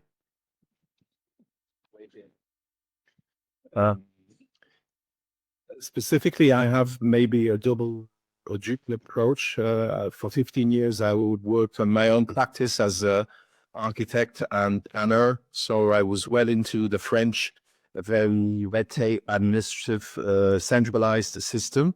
But at the same time, it's good that it exists because it texts lots of things and it administers lots of things. It gives also a kind of sometimes makes things very rigid. At the same time, this culture that I had as a student, and then in parallel with nonprofit Bordeaux, which was this more bottom-up approach that is more localized, more site-specific. And I always had this question of these look like two completely different words, and they very seldom meet. And in one side, you're listening to people, and they're my friends, and I would share most of the ideas of the processes are extremely important. So if you're making pieces like run for people, the people that would be then taken outside. And then you have a reality that you're not doing that in the middle of nowhere. There is a system, there are regulations, there are rules, and there are ways of doing that have been these maybe for 200 or 300 years. And so my take on it today is that the idea is not the utopia of replacing one system by the other. It's the idea, if I'm polite, I would say hybridation. If I'm more subversive, I would say contamination of the system, which is, for me, you should try, strive to make them coexist where you have a dominant system and then you try from one side to kind of small-scale initiatives that can be social, spatial, and so on. And they are opportunities to learn from. And then France is a country where it's a country of written law. Everything, something does not exist, and then one day it becomes a topic and it goes into the system, and then it comes back down again, and it becomes real for everybody, which is quite interesting. If it's good, then it's good. If it's bad, it applies to everyone. And France had officially very little interest for participatory processes until the year 2000, and then the law came down, and it became mandatory. So that another access, which is you need participation just for a formal representation, but there is no thing behind it. You have a lot of French official here, you know. But I guess we like most French are very self-critical because we think that's the way it evolves. So for us, it's not a criticism, it's saying how things are, I think. So my take would be, yes, it's not replacing one system by the other. It's trying to learn from these scale approaches and see what you could be scale. I believe upscaling is not always a very good solution either. You will see that now the efficiency is very complex, right? And from different approaches. And your research touch on the time and philosophy of design. Yeah, you think about design in a different way in terms of being dynamic. We hear a lot about these discussions. Do you feel this concept, your philosophical concept about urban morphology, about time, how you see them translate into design solutions? First of all, we need to have an understanding of time as a component, right? Someone define it as a 4 dimension. So there are some cases where time has been applied, for example, by Stephen Hall as an architect with a parallax house. Other cases where time has been applied. My take on that is an understanding of this continuity and discontinuity. For example, how this can be translated into architectural language. That to me is one of the main discussions. So when we design and we produce a language, how much this language, for example, needs to represent that specific time? How much this design needs to be what we can define as timeless, right? That's most of the master works. So I think it's very interesting. I can quote, for example, one of the famous Italian professors from Venice, Francesco Venezia. So yeah, I have easy access to Italian culture. So that's why I know Stephen Hall. yeah. My one friend is go there. And so the students, because we are talking about that, right? Mostly. So in his lessons in a design studio review, he make a question to the students because the question was similar. And he asked to the student and said, okay, this is your proposal. Try to think about your project in 50 years. Try to think about your project in 100 years. What do you see? Students were shocked, like, because our design thinking is, set, right? And the answer from Francesco Venezia was, if you see this design as a beautiful ruin, the future means your design is correct. So Italian.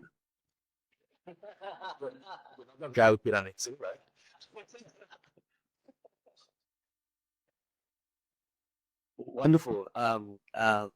Well, I hope that the time frame of 50 years or 60 years to see ahead and to see things that far ahead and still a part of future city is something that we can relay to our students too. It's not just about today usage.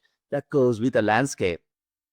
When we come back to Selma, you think with landscape and all of this with food, agriculture. Give some example project where the integration approach that led to a more resilient landscape design.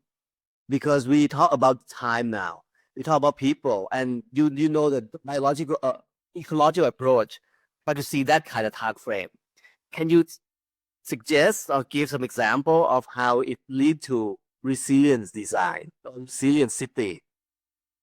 Okay, maybe I can give you two examples. One related to food, another related to water. So regarding food, for instance, in Lisbon, Professor Gonçalo Ribertelos, that I told you, he worked in the municipality, and everybody knows him, like I told you, and he used to say that we need to bring food to the city centers, and like we have in the park of Milano, we have to bring food to the center, in the land, bring the rural to the city, like a continuous thing. And normally people, when hear him say that he is an utopist, so it's not possible to do that. Along the time, so was more or less in the 60s, 70s of the 20th century, along the time we saw landscape architects that got the degree and started to work in the municipalities and started to bring this in action. Okay, so we started with understanding of the ecological network to see where are the areas that has the potential to have these agricultural areas, and this started to appear in the city. And it's not an utopy, it's a reality. And also the municipality saw that by doing this, it has lesser money maintenance, because people that go there and keep the land with the food, the maintenance costs are zero to the municipalities. Okay, so this started to happen slowly, and now everyone wants to have a piece of land to have the own fruits, and then the food security also appear as a topic. People are want good products, don't want to. It's not everyone, but there are some that want that.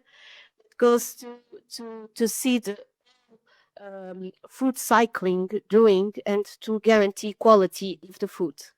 So we see this connection between ecological planning, ecological network, the suitability of places, and people that interact with places and want to have them. This is one example. The other example is related to water management in the cities. We are seeing some shifts. Some municipalities still have, because Lisbon is very hilly, and like you saw in the map, and the municipalities around are also hilly.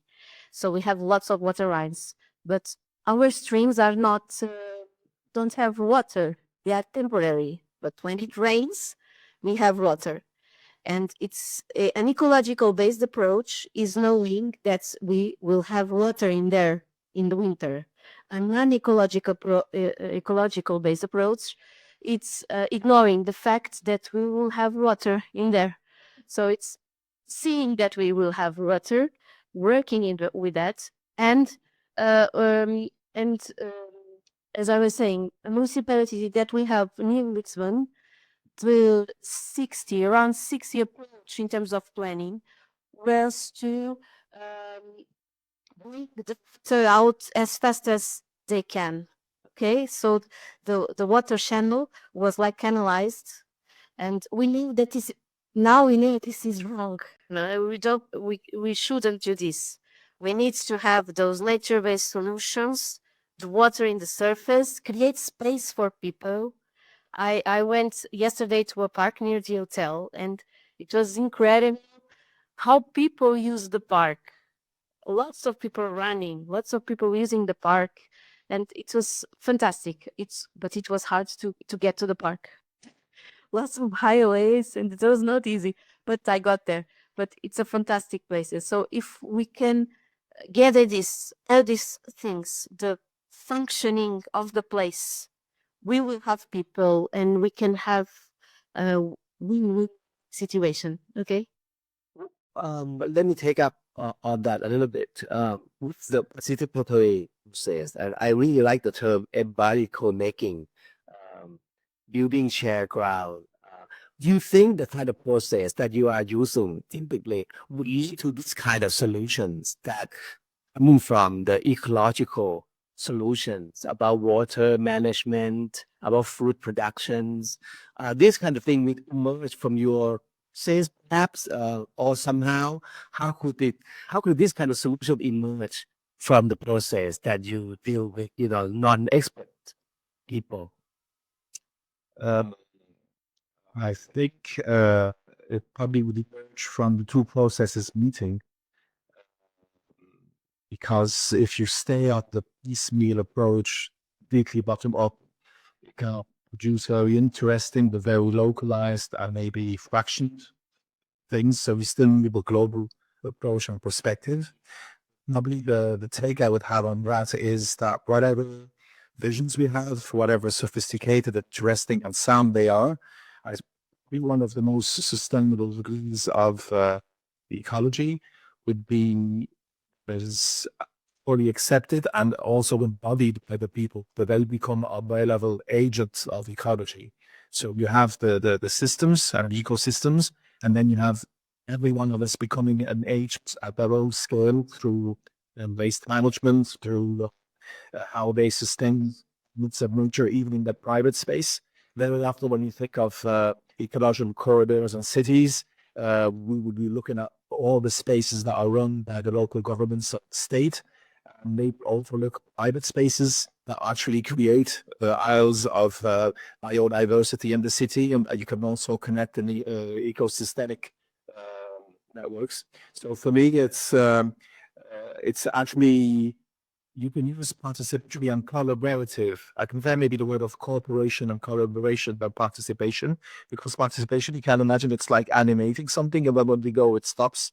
When you bring people into a more cooperative dynamic and they become actors of change, then you actually have, it's like you're having representatives of something, and I can fully, when I look at all the systems you were showing, I could not stop myself from imagining of the small scale, actually local agents feeding into the bigger system. They're the ones who grant, they're the ones who take care, they're the ones who would sustain things on the small scale. And on these small scales, for me, they help build a bigger scale that but needs to be monitored in a different way. So they are agents of a system that is monitored. That's how I see it. So for me, they work together. Nice. Well, you come from a totally different approach, huh? You from a very urban scale, yeah, urban morphology, and try to see how do you think the urban morphology actually inform regenerative capacity with the future is being unknown. A lot of 50 years ahead or 60 years ahead is unknown. How do you see urban morphology's approach actually address those kind of unknown future through it, regenerative city? Your view. Well, you are really touching my heart.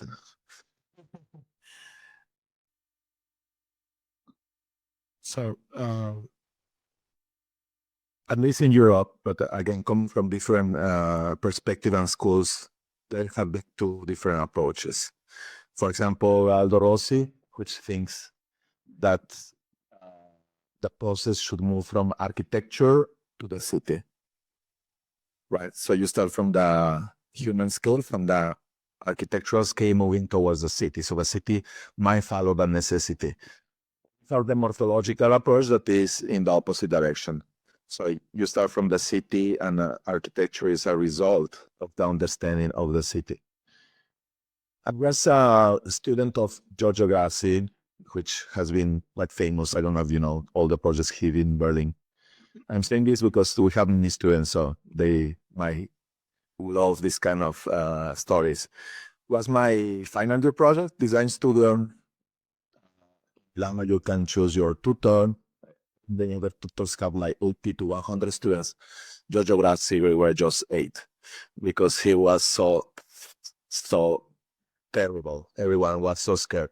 I like challenges, so I chose to go with him because I was confident. I love architecture. I love design. I work with very good professors, so I was ready to challenge him to say, look who I am.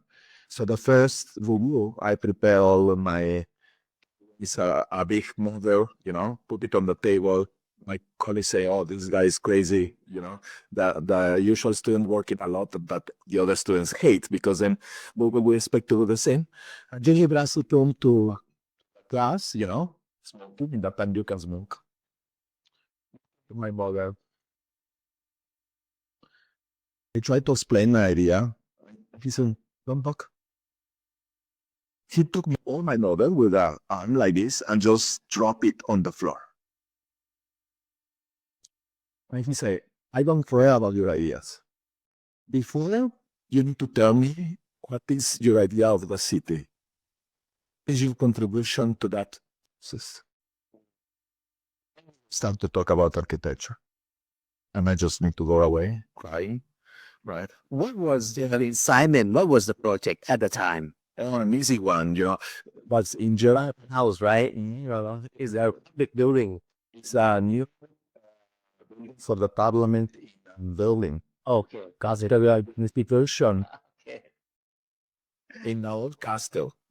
Instead of the Archbishop, right? From Chipka, just a nice contest with all the bad guys, So very, very difficult in the Museum of Iceland in Berlin. Yeah. So, no, that to me is not has been one of the most meaningful lessons of my life. That we as architects, especially nowadays, I'm critical with digital technologies where there is an obsession of the shape and architecture is treated as an object. That architecture is part of a process. So you, as an architect, are contributing small part to a holistic process of transformation. So yeah, actually building a relationship, a dialogue with time, with context, with history, with ecologists, and handle approach needs to the stemming of that process. Architecture is not for you. Architecture is for the others. Architecture is not for you, it's for the other. What do you guys think? Guys think? Please. I think It's such provocative. it's a provocative. It is provocative to say it like that. Yeah, I think it's for the if we are thinking in the time in regarding outdoor projects, because sometimes we have like architects that want to provide an object of Architects. exactly. Um, I think is in this perspective, architects should be for the others, for people to use, to integrate. I don't know if is this what you want to say, but it's not to create an object by itself, but to be used by everyone. Okay. But also for me, yeah. Of course, I'm part of the others. But I think it's the objective. Carlos, please. You see, we want to say something. It's about perspective. The space for different approaches to. Often tell, and maybe in a provocative way, students, I'm more interested. I'm less interested in your architecture than the architect you want to become. Because, and I'm just talking questions of style that will evolve over time. I don't know about your ethics. I don't know about your outlook on life and on people. And same time, I mean, I find that there is space for, in our school, we have some very strong personalities in studios. I always think they're old fashioned, but still they exist, and they have very young junior teachers who are ready to move into that position also. So it's going nowhere, it's staying, which are more a kind of author approach to architecture. Like, I want to say something, I have a statement, my architecture has to express it. And it comes up with very interesting innovations. But the issue for me is when we try to make something collective from that very individual approach. For me, there is space for monuments, there is space for contemporary singular objects, and they have great value. But if you have the ambition of being something for the others, or something that has more shared meaning for a community, then you need to have space where you stop thinking I'm working for, so I understand what you want, and I'm going to design because I understand what you want. I can want to work with you. So that means a design process. I have stages and moments where you can come into the process of different. They can be very embodied, or they can be discussions, or be in the field. Maybe that's my way of thinking. I always say I sit between two chairs, not on one, which is I accept the idea that there is these very personal approaches to architecture. For me, they need to be just singular elements, but the majority is more, as you said, it's for others. And I used to work with somebody a British guy that used to say, we are service providers. Like service, that's what we do in our offices. That's what we should do. I'm just artists, and we design to give the world the beautiful things that we're capable of designing. It's a service that we're providing. Wow.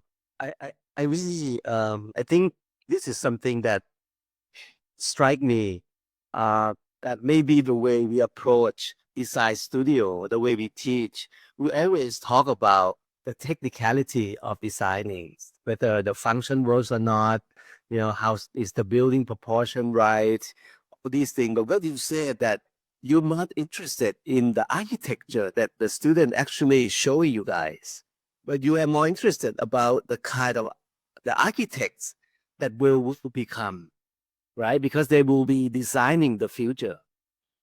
And if we look at that, maybe should ask them the question why,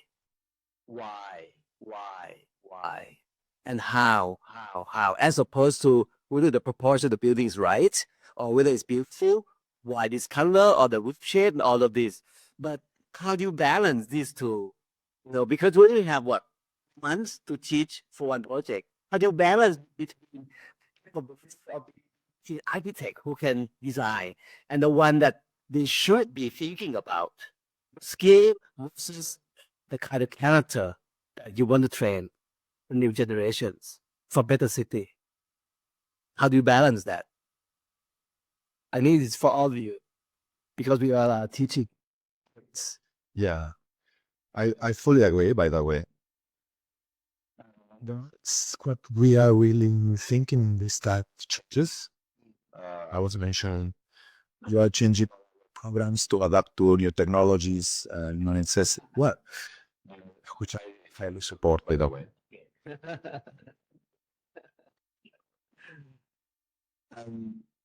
I will tell you the case of China. We have an unbelievable number of students to study architecture for many reasons. Chinese are very pragmatic, so there are some crises in the sector. So why we will invest money to study that if you will not get a job? That's we are more romantic. We have the same problem, but we continue to study architecture because the fast first, and without that, different approaches. Anyway, from my experience, how many my students in many years of teaching practice architecture? How many? How many do we? So, And you? Yours? Half. It's around half. Okay. they're lucky. Very little. But what matters to me is to provide them a mindset that now today we can call design thinking. That to me is an important thing. So,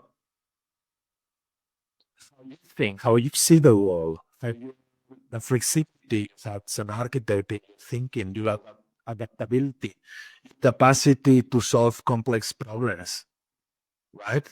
This I will perspective between technology and humanities. I think that is a wonderful of the architect as a thinker. And with the have wonderful directors, architects, wonderful artists, wonderful photographers, artists. Something you're working in business strategies, marketing, architects is how you think. That to me is important. So yeah, that architecture is a result. So to give priority to the project as a result rather than a process, to me is totally I'm interested in the architect that the student is becoming, but most of I'm interested in the thinking process. And the result sometimes needs to win back. Because the learning comes more from there rather than from understanding that design or architecture is a process that will always provide you a correct result. Your learning is into doing, trying, and then experience will give you the opportunity to become a famous or a very good architect next time again, right? So it's really how you think. To me. How about you, Hocine? I think I'm basically on the same line as what you're saying. You said certain things only get around that I also like to use sometimes phrase it like today it's even more obvious, but I think it's been true for a very long time. It becomes important to be able to learn how to continuously learn. AI is only as smart as you make it. So if you're intelligent, then you will make it become an intelligent tool with you. If you're not intelligent or you're not really thinking, it will not really be able to help you because it will not think in your place. We will not have the sensitivity to the hierarchy that it's proposing. Obviously, it would evolve with it. If it gets to that degree, then we'll get rid of us. We're not there yet. And in my way of thinking also, when I will feel, so that's a personal stance, in certain things, even teaching can be, I do admit it or not, taken a political stance. Like when you're speaking on participatory processes or collaborative processes, at some point you're politically saying something. So I do not limit it to myself. It took me a few years, but basically someone can read through what I'm saying, an ideology. So I need to say, hey, yes, I defend this position. Should I defend? I always defend the idea that what I'm saying is only part of the big picture. And I can concentrate in my teaching on certain things, providing I have all the colleagues who are concentrating on the few aspects, because none of us can provide all that is needed. I'm not dealing with, I'm professor technology, building technologies also, I was trained on that. But I will focus on what we'll call collaborative aspects because I know my colleague in year 3 or 4 is dealing with that also, and it's feeding into the students. I don't believe what I'm bringing was sufficient to have that much everything's. And then at the end of the day, when I say I'm interested in the architect that I'll be Clint, I'm actually talking of is how they think, how they use their lists, and they make it their own narrative. But then it becomes interesting. And I really, you've said that earlier, it's actually having your ability to keep on lifelong learning and adapting. For me, that was the biggest key in education today, even more than before. But when you have a teaching academic system, you have 3 months for each semester, right? To train your students. And you have to evaluate them, give them grades, basically. How do you balance between, skill that they need to get and the building the character that you are talking about? I hear you too. But the landscape part, that's the different part. How do you balance this? Because you need to have that kind of ecological, approach to things. Yeah. And then we come back to you two again. Yeah. We love to hear it so much. I think we have the same. I think it's the same. We need in the 3 months alone. We don't do anything. So it's a process of education. I think a process of education that starts in the university and also in the other cycles, of course. But in the university, in landscape architecture, is a process of education. In 3 months, what I think it's good to have from my experience in landscape planning teaching is the context. It's the scales. In 3 months, we work from a municipal scale to a local scale in the same area. So they start to have this ecological based approach and then go further and further and further and further to the detail. So it's from big picture to the detail. So one of the questions that I would have also regarding what you said, the dimension, if it's important to see the dimension of the building. I don't do building. So one of the questions that I think they also should do is that if the building should be constructed in there. Okay, so this is the big picture to see where should the future come. Where should the different functions of a city, because the city is a living system. It's not made by a puzzle of functions, but it's a living system where people interact, and it's very important because we are part of the landscape. People are not outside of the landscape. People are in the landscape and make decisions. And what we do in landscape planning, in landscape architecture, we can see this vision in time for the future or different options. But then we need to show people, and people should agree with these visions and also add more solutions, because people normally had a lot to contribute. I can understand that the landscape architecture takes time. Takes time, right? It depends on the growth process Yeah. of the plants and the trees. But today, people don't like to wait, especially with AI, with Googling, with all of these things that's so instant. They said, look at TikTok for 7 seconds, if not less, before they move on to the next click. So how do you deal with that when people change?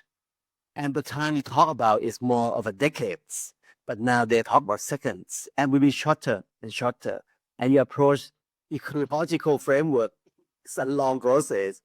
Now we have to rely on Hocine, how to handle this kind of fix, instant response in the age that we have a lot of problems that require long process and waiting periods. This is so clear.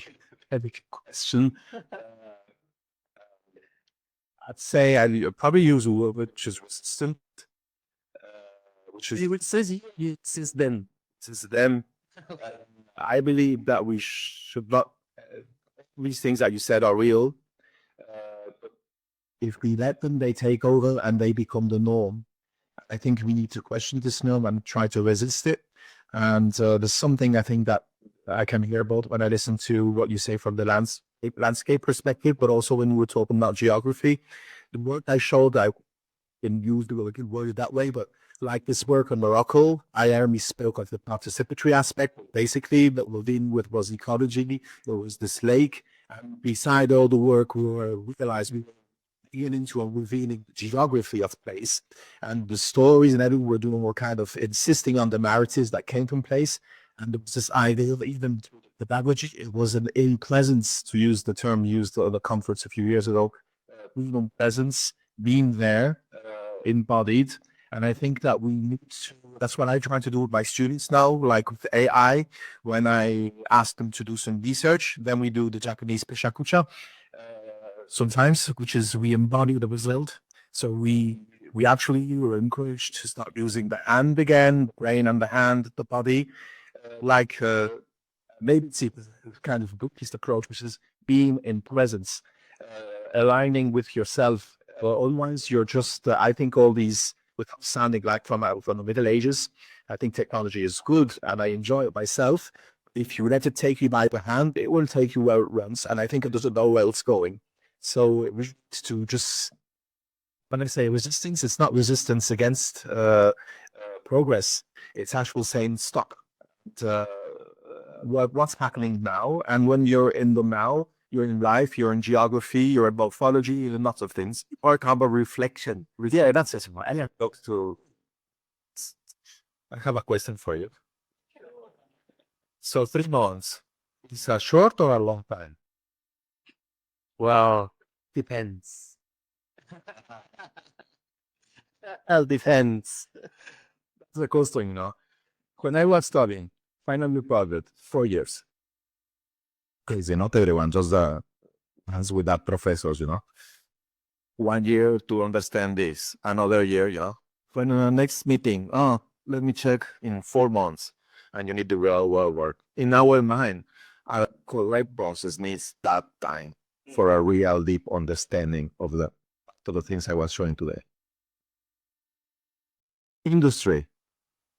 On my studio for 10, 12 years in Italy, you have to design in hours, right? So these three thoughts are in the introduction.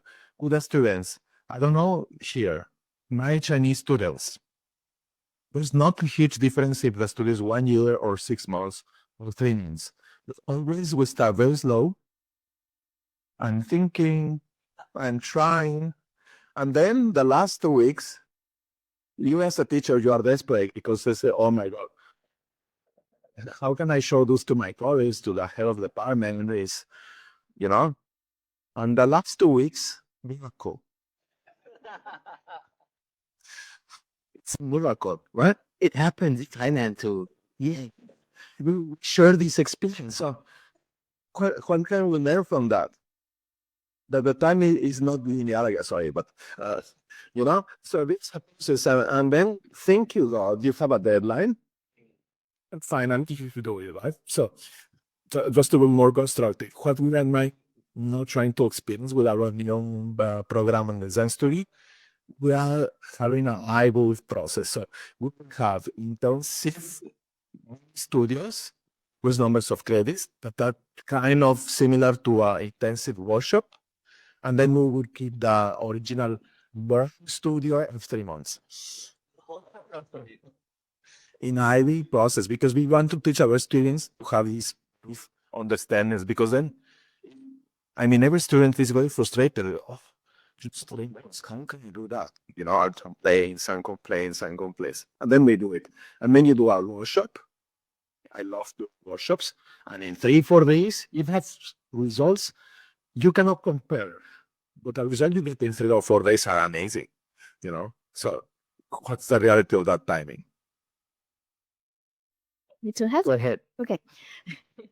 So regarding time, just sharing that in fact deadlines are very efficient to make that happen. And we have a very important issue of time regarding also the decision makers, because decision makers, some of them also don't have this big time approach. So especially when we are working at a landscape scale, we have a vision for 2015, and they have a short time to present results. So they want to see other thing and other stuff that's not the best solution. So this is also a and I was going to share something about also time regarding to students. Let me see if I remember. Oh, I will come to this afterwards. But time is part, so it's part of the process. Looking to the past, also looking to the future, and we always hope that in the case of landscape architecture plan, um, sometimes they got frustrated in the end. They feel that they are not specialized in nothing, but that's not a problem. It's not a problem to be not specialized in nothing, because landscape architecture is transversal. So we need to understand a little bit of soils, a little bit of geology, a little bit of archaeology, a little bit of geography. We need to have the social sciences. We need to understand a little bit of ethics and aesthetics, but we are the transversal persons. So, that's not a problem. We need to make this integration of everything, and that's a good thing. And by working with nature, of course, we will work with time. Of course, it's by default. Yeah.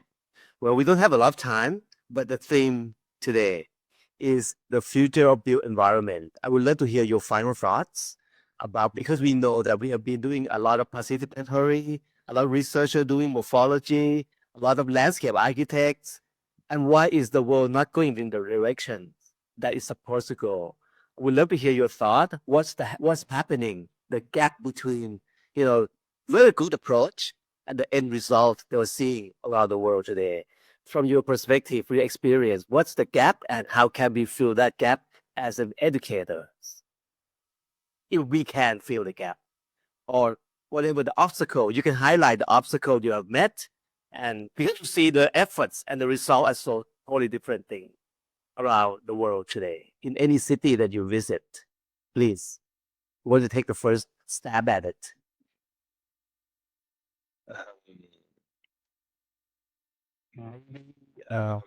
Sometimes if you look at what's happening, you tempted to give up. Like, okay, I mean, I'm a drop in of water in the ocean. At the same time, I mean, it's very different. I'm from Bordeaux. We're going to Southeast Asia. The cities, the scale, the speed, the dynamics are completely different. And I realized that things you imagine as being the world are your reality, but there are many shared things, but then there are very contrasting things.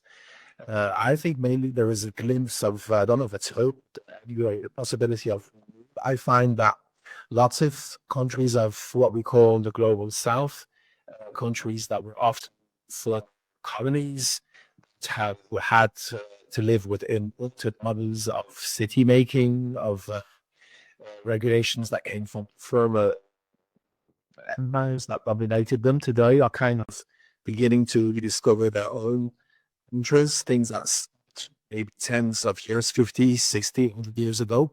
And I kind of believe that there was lots of things to learn, not just from vernacular architecture as techniques and ways of building.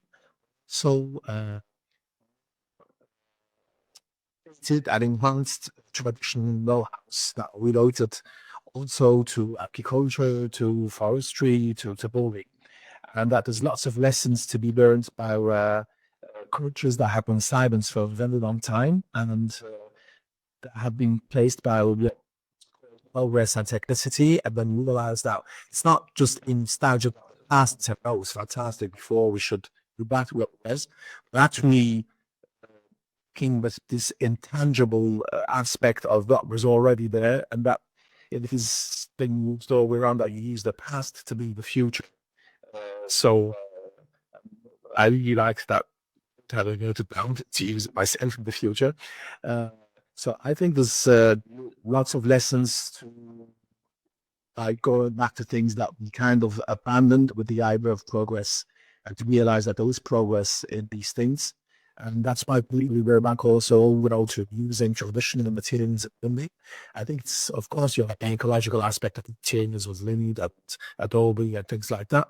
But it's also all the know-hows that are attached to these materials, and all these know-hows also mean that people can get invested in building and transforming the environment. So there was, beside the material side of an environment, visit all these processes, you start having processes that involve the people also in their know-hows. And for me, that's also a form of collaboration without it being participation. So I don't know if that answered, but anyway, this is my your thoughts? Yeah. I want to this from the Alex Bienal. The curator is Rati from MIT. Again, very different, comparing with the results that are totally disappointing. As should be, I mean, Alex Bienal is always so disappointing. That statement is very good, because is the title of this Biennale is intelligence. Okay, intelligence is, yeah, and he's describing through different intelligence is the artificial, of course, which nobody talk about it in the Biennale. Very interesting, really. Yeah, very interesting. I was surprised, but I like the definition of the three of them. So, artificial, natural, collective. So how do I see this future? I saw a shift that is moving from control, which has been some of the results of digital design, into thing against technology, into coexistence of these different intelligences. So I think this can be a sort of common ground. Learning from nature, absolutely. Working together, though, it's among in this the agentic authorship of things. I think this is what positively can artificial intelligence will bring to us. The acceptance that design is a complex process and is just center in yourself, but it's a collaboration between different components, different intelligences, the natural interpretation of it, working with people, and also your own learning and culture. I think this shift from control to coexistence and the multi-agentic approach could be a future, which is shifting a process that normally used to be controlled when it's a closed process, and make it more an open process, which accepts mutations, adaptations, mistakes, collisions, interferences, and whatever. So this kind of determination into the results. Please. I see the future of building environment, and when we are talking about building environment, it's everything. I look to that we're shifting. I think we are already shifting to the ecosystem-based approach and taking into consideration nature, but also involving more people in the solution and in the process of landscape transformation that is so urgent. But I see that also the decision makers are aware that this is a way to solve the problems, particularly in the case of rural fires, for instance, that I show you. But still takes too long. So the time aspect. So we need urgent solutions, because of course we are dealing with different aspects when we speak to Portugal or speak to regarding other places. The ones, some are similar, some are quite different. The context is different, but in fact we need action, more action towards the inclusion of nature and people, and faster. I remember what I was trying to say regarding the other question, and is regarding technology. Few years ago, we didn't have GIS. I work with GIS. We did everything by hand. Technology. Technology. Nice technology. I'm the biggest supporter of AI. So Like it. So we need to learn these good things that we have. Also, artificial intelligence is not necessarily negative, but it's positive. It's positive. I think it's positive. But we need this does not replace our creativity, our look to the problems, our solutions. It only gets part of the process faster. Okay, but the integration, the solutions, the creativity of the process is human. It needs to be human. I really wish we have more time.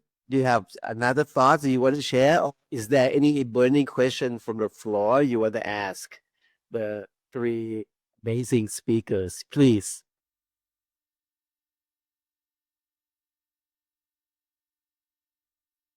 Hello.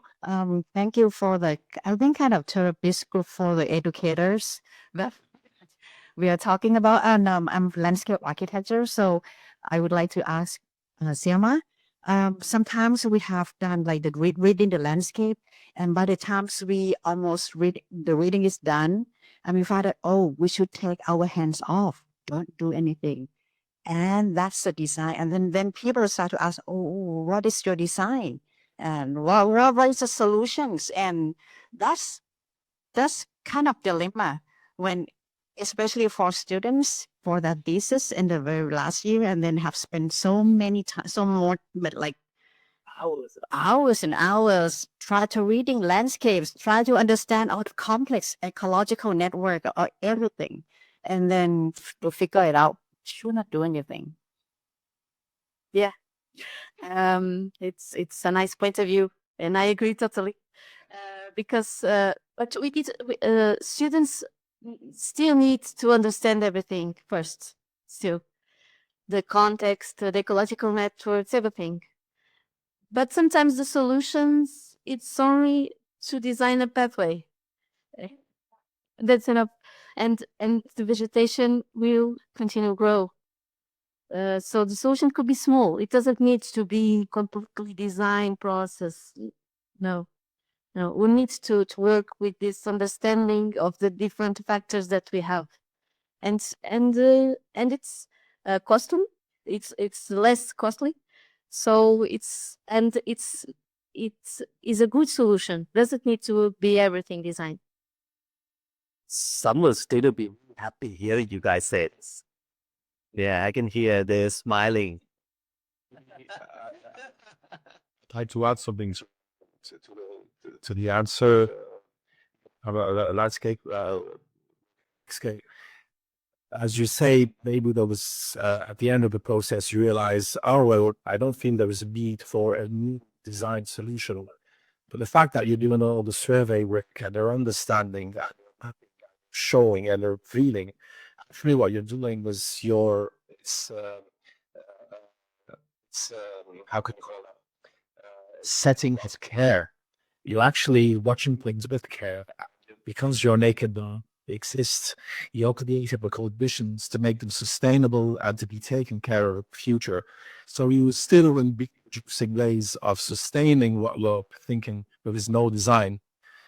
Is you're designing how to take care of what exists, and that's lots of work and lots of systems, lots of decisions and money and so on. So actually, it's just a new way of designing without the design novelty. So for me, it is invisible work, but it's vital work. Okay, I think the time's up and we have to end the sessions. Thank you so much, the three of you. Amazing sessions. I hope I enjoyed it. So I hope you enjoyed the same. So I hope the rest of you enjoyed the discussion. Thank you. Thank you, guys.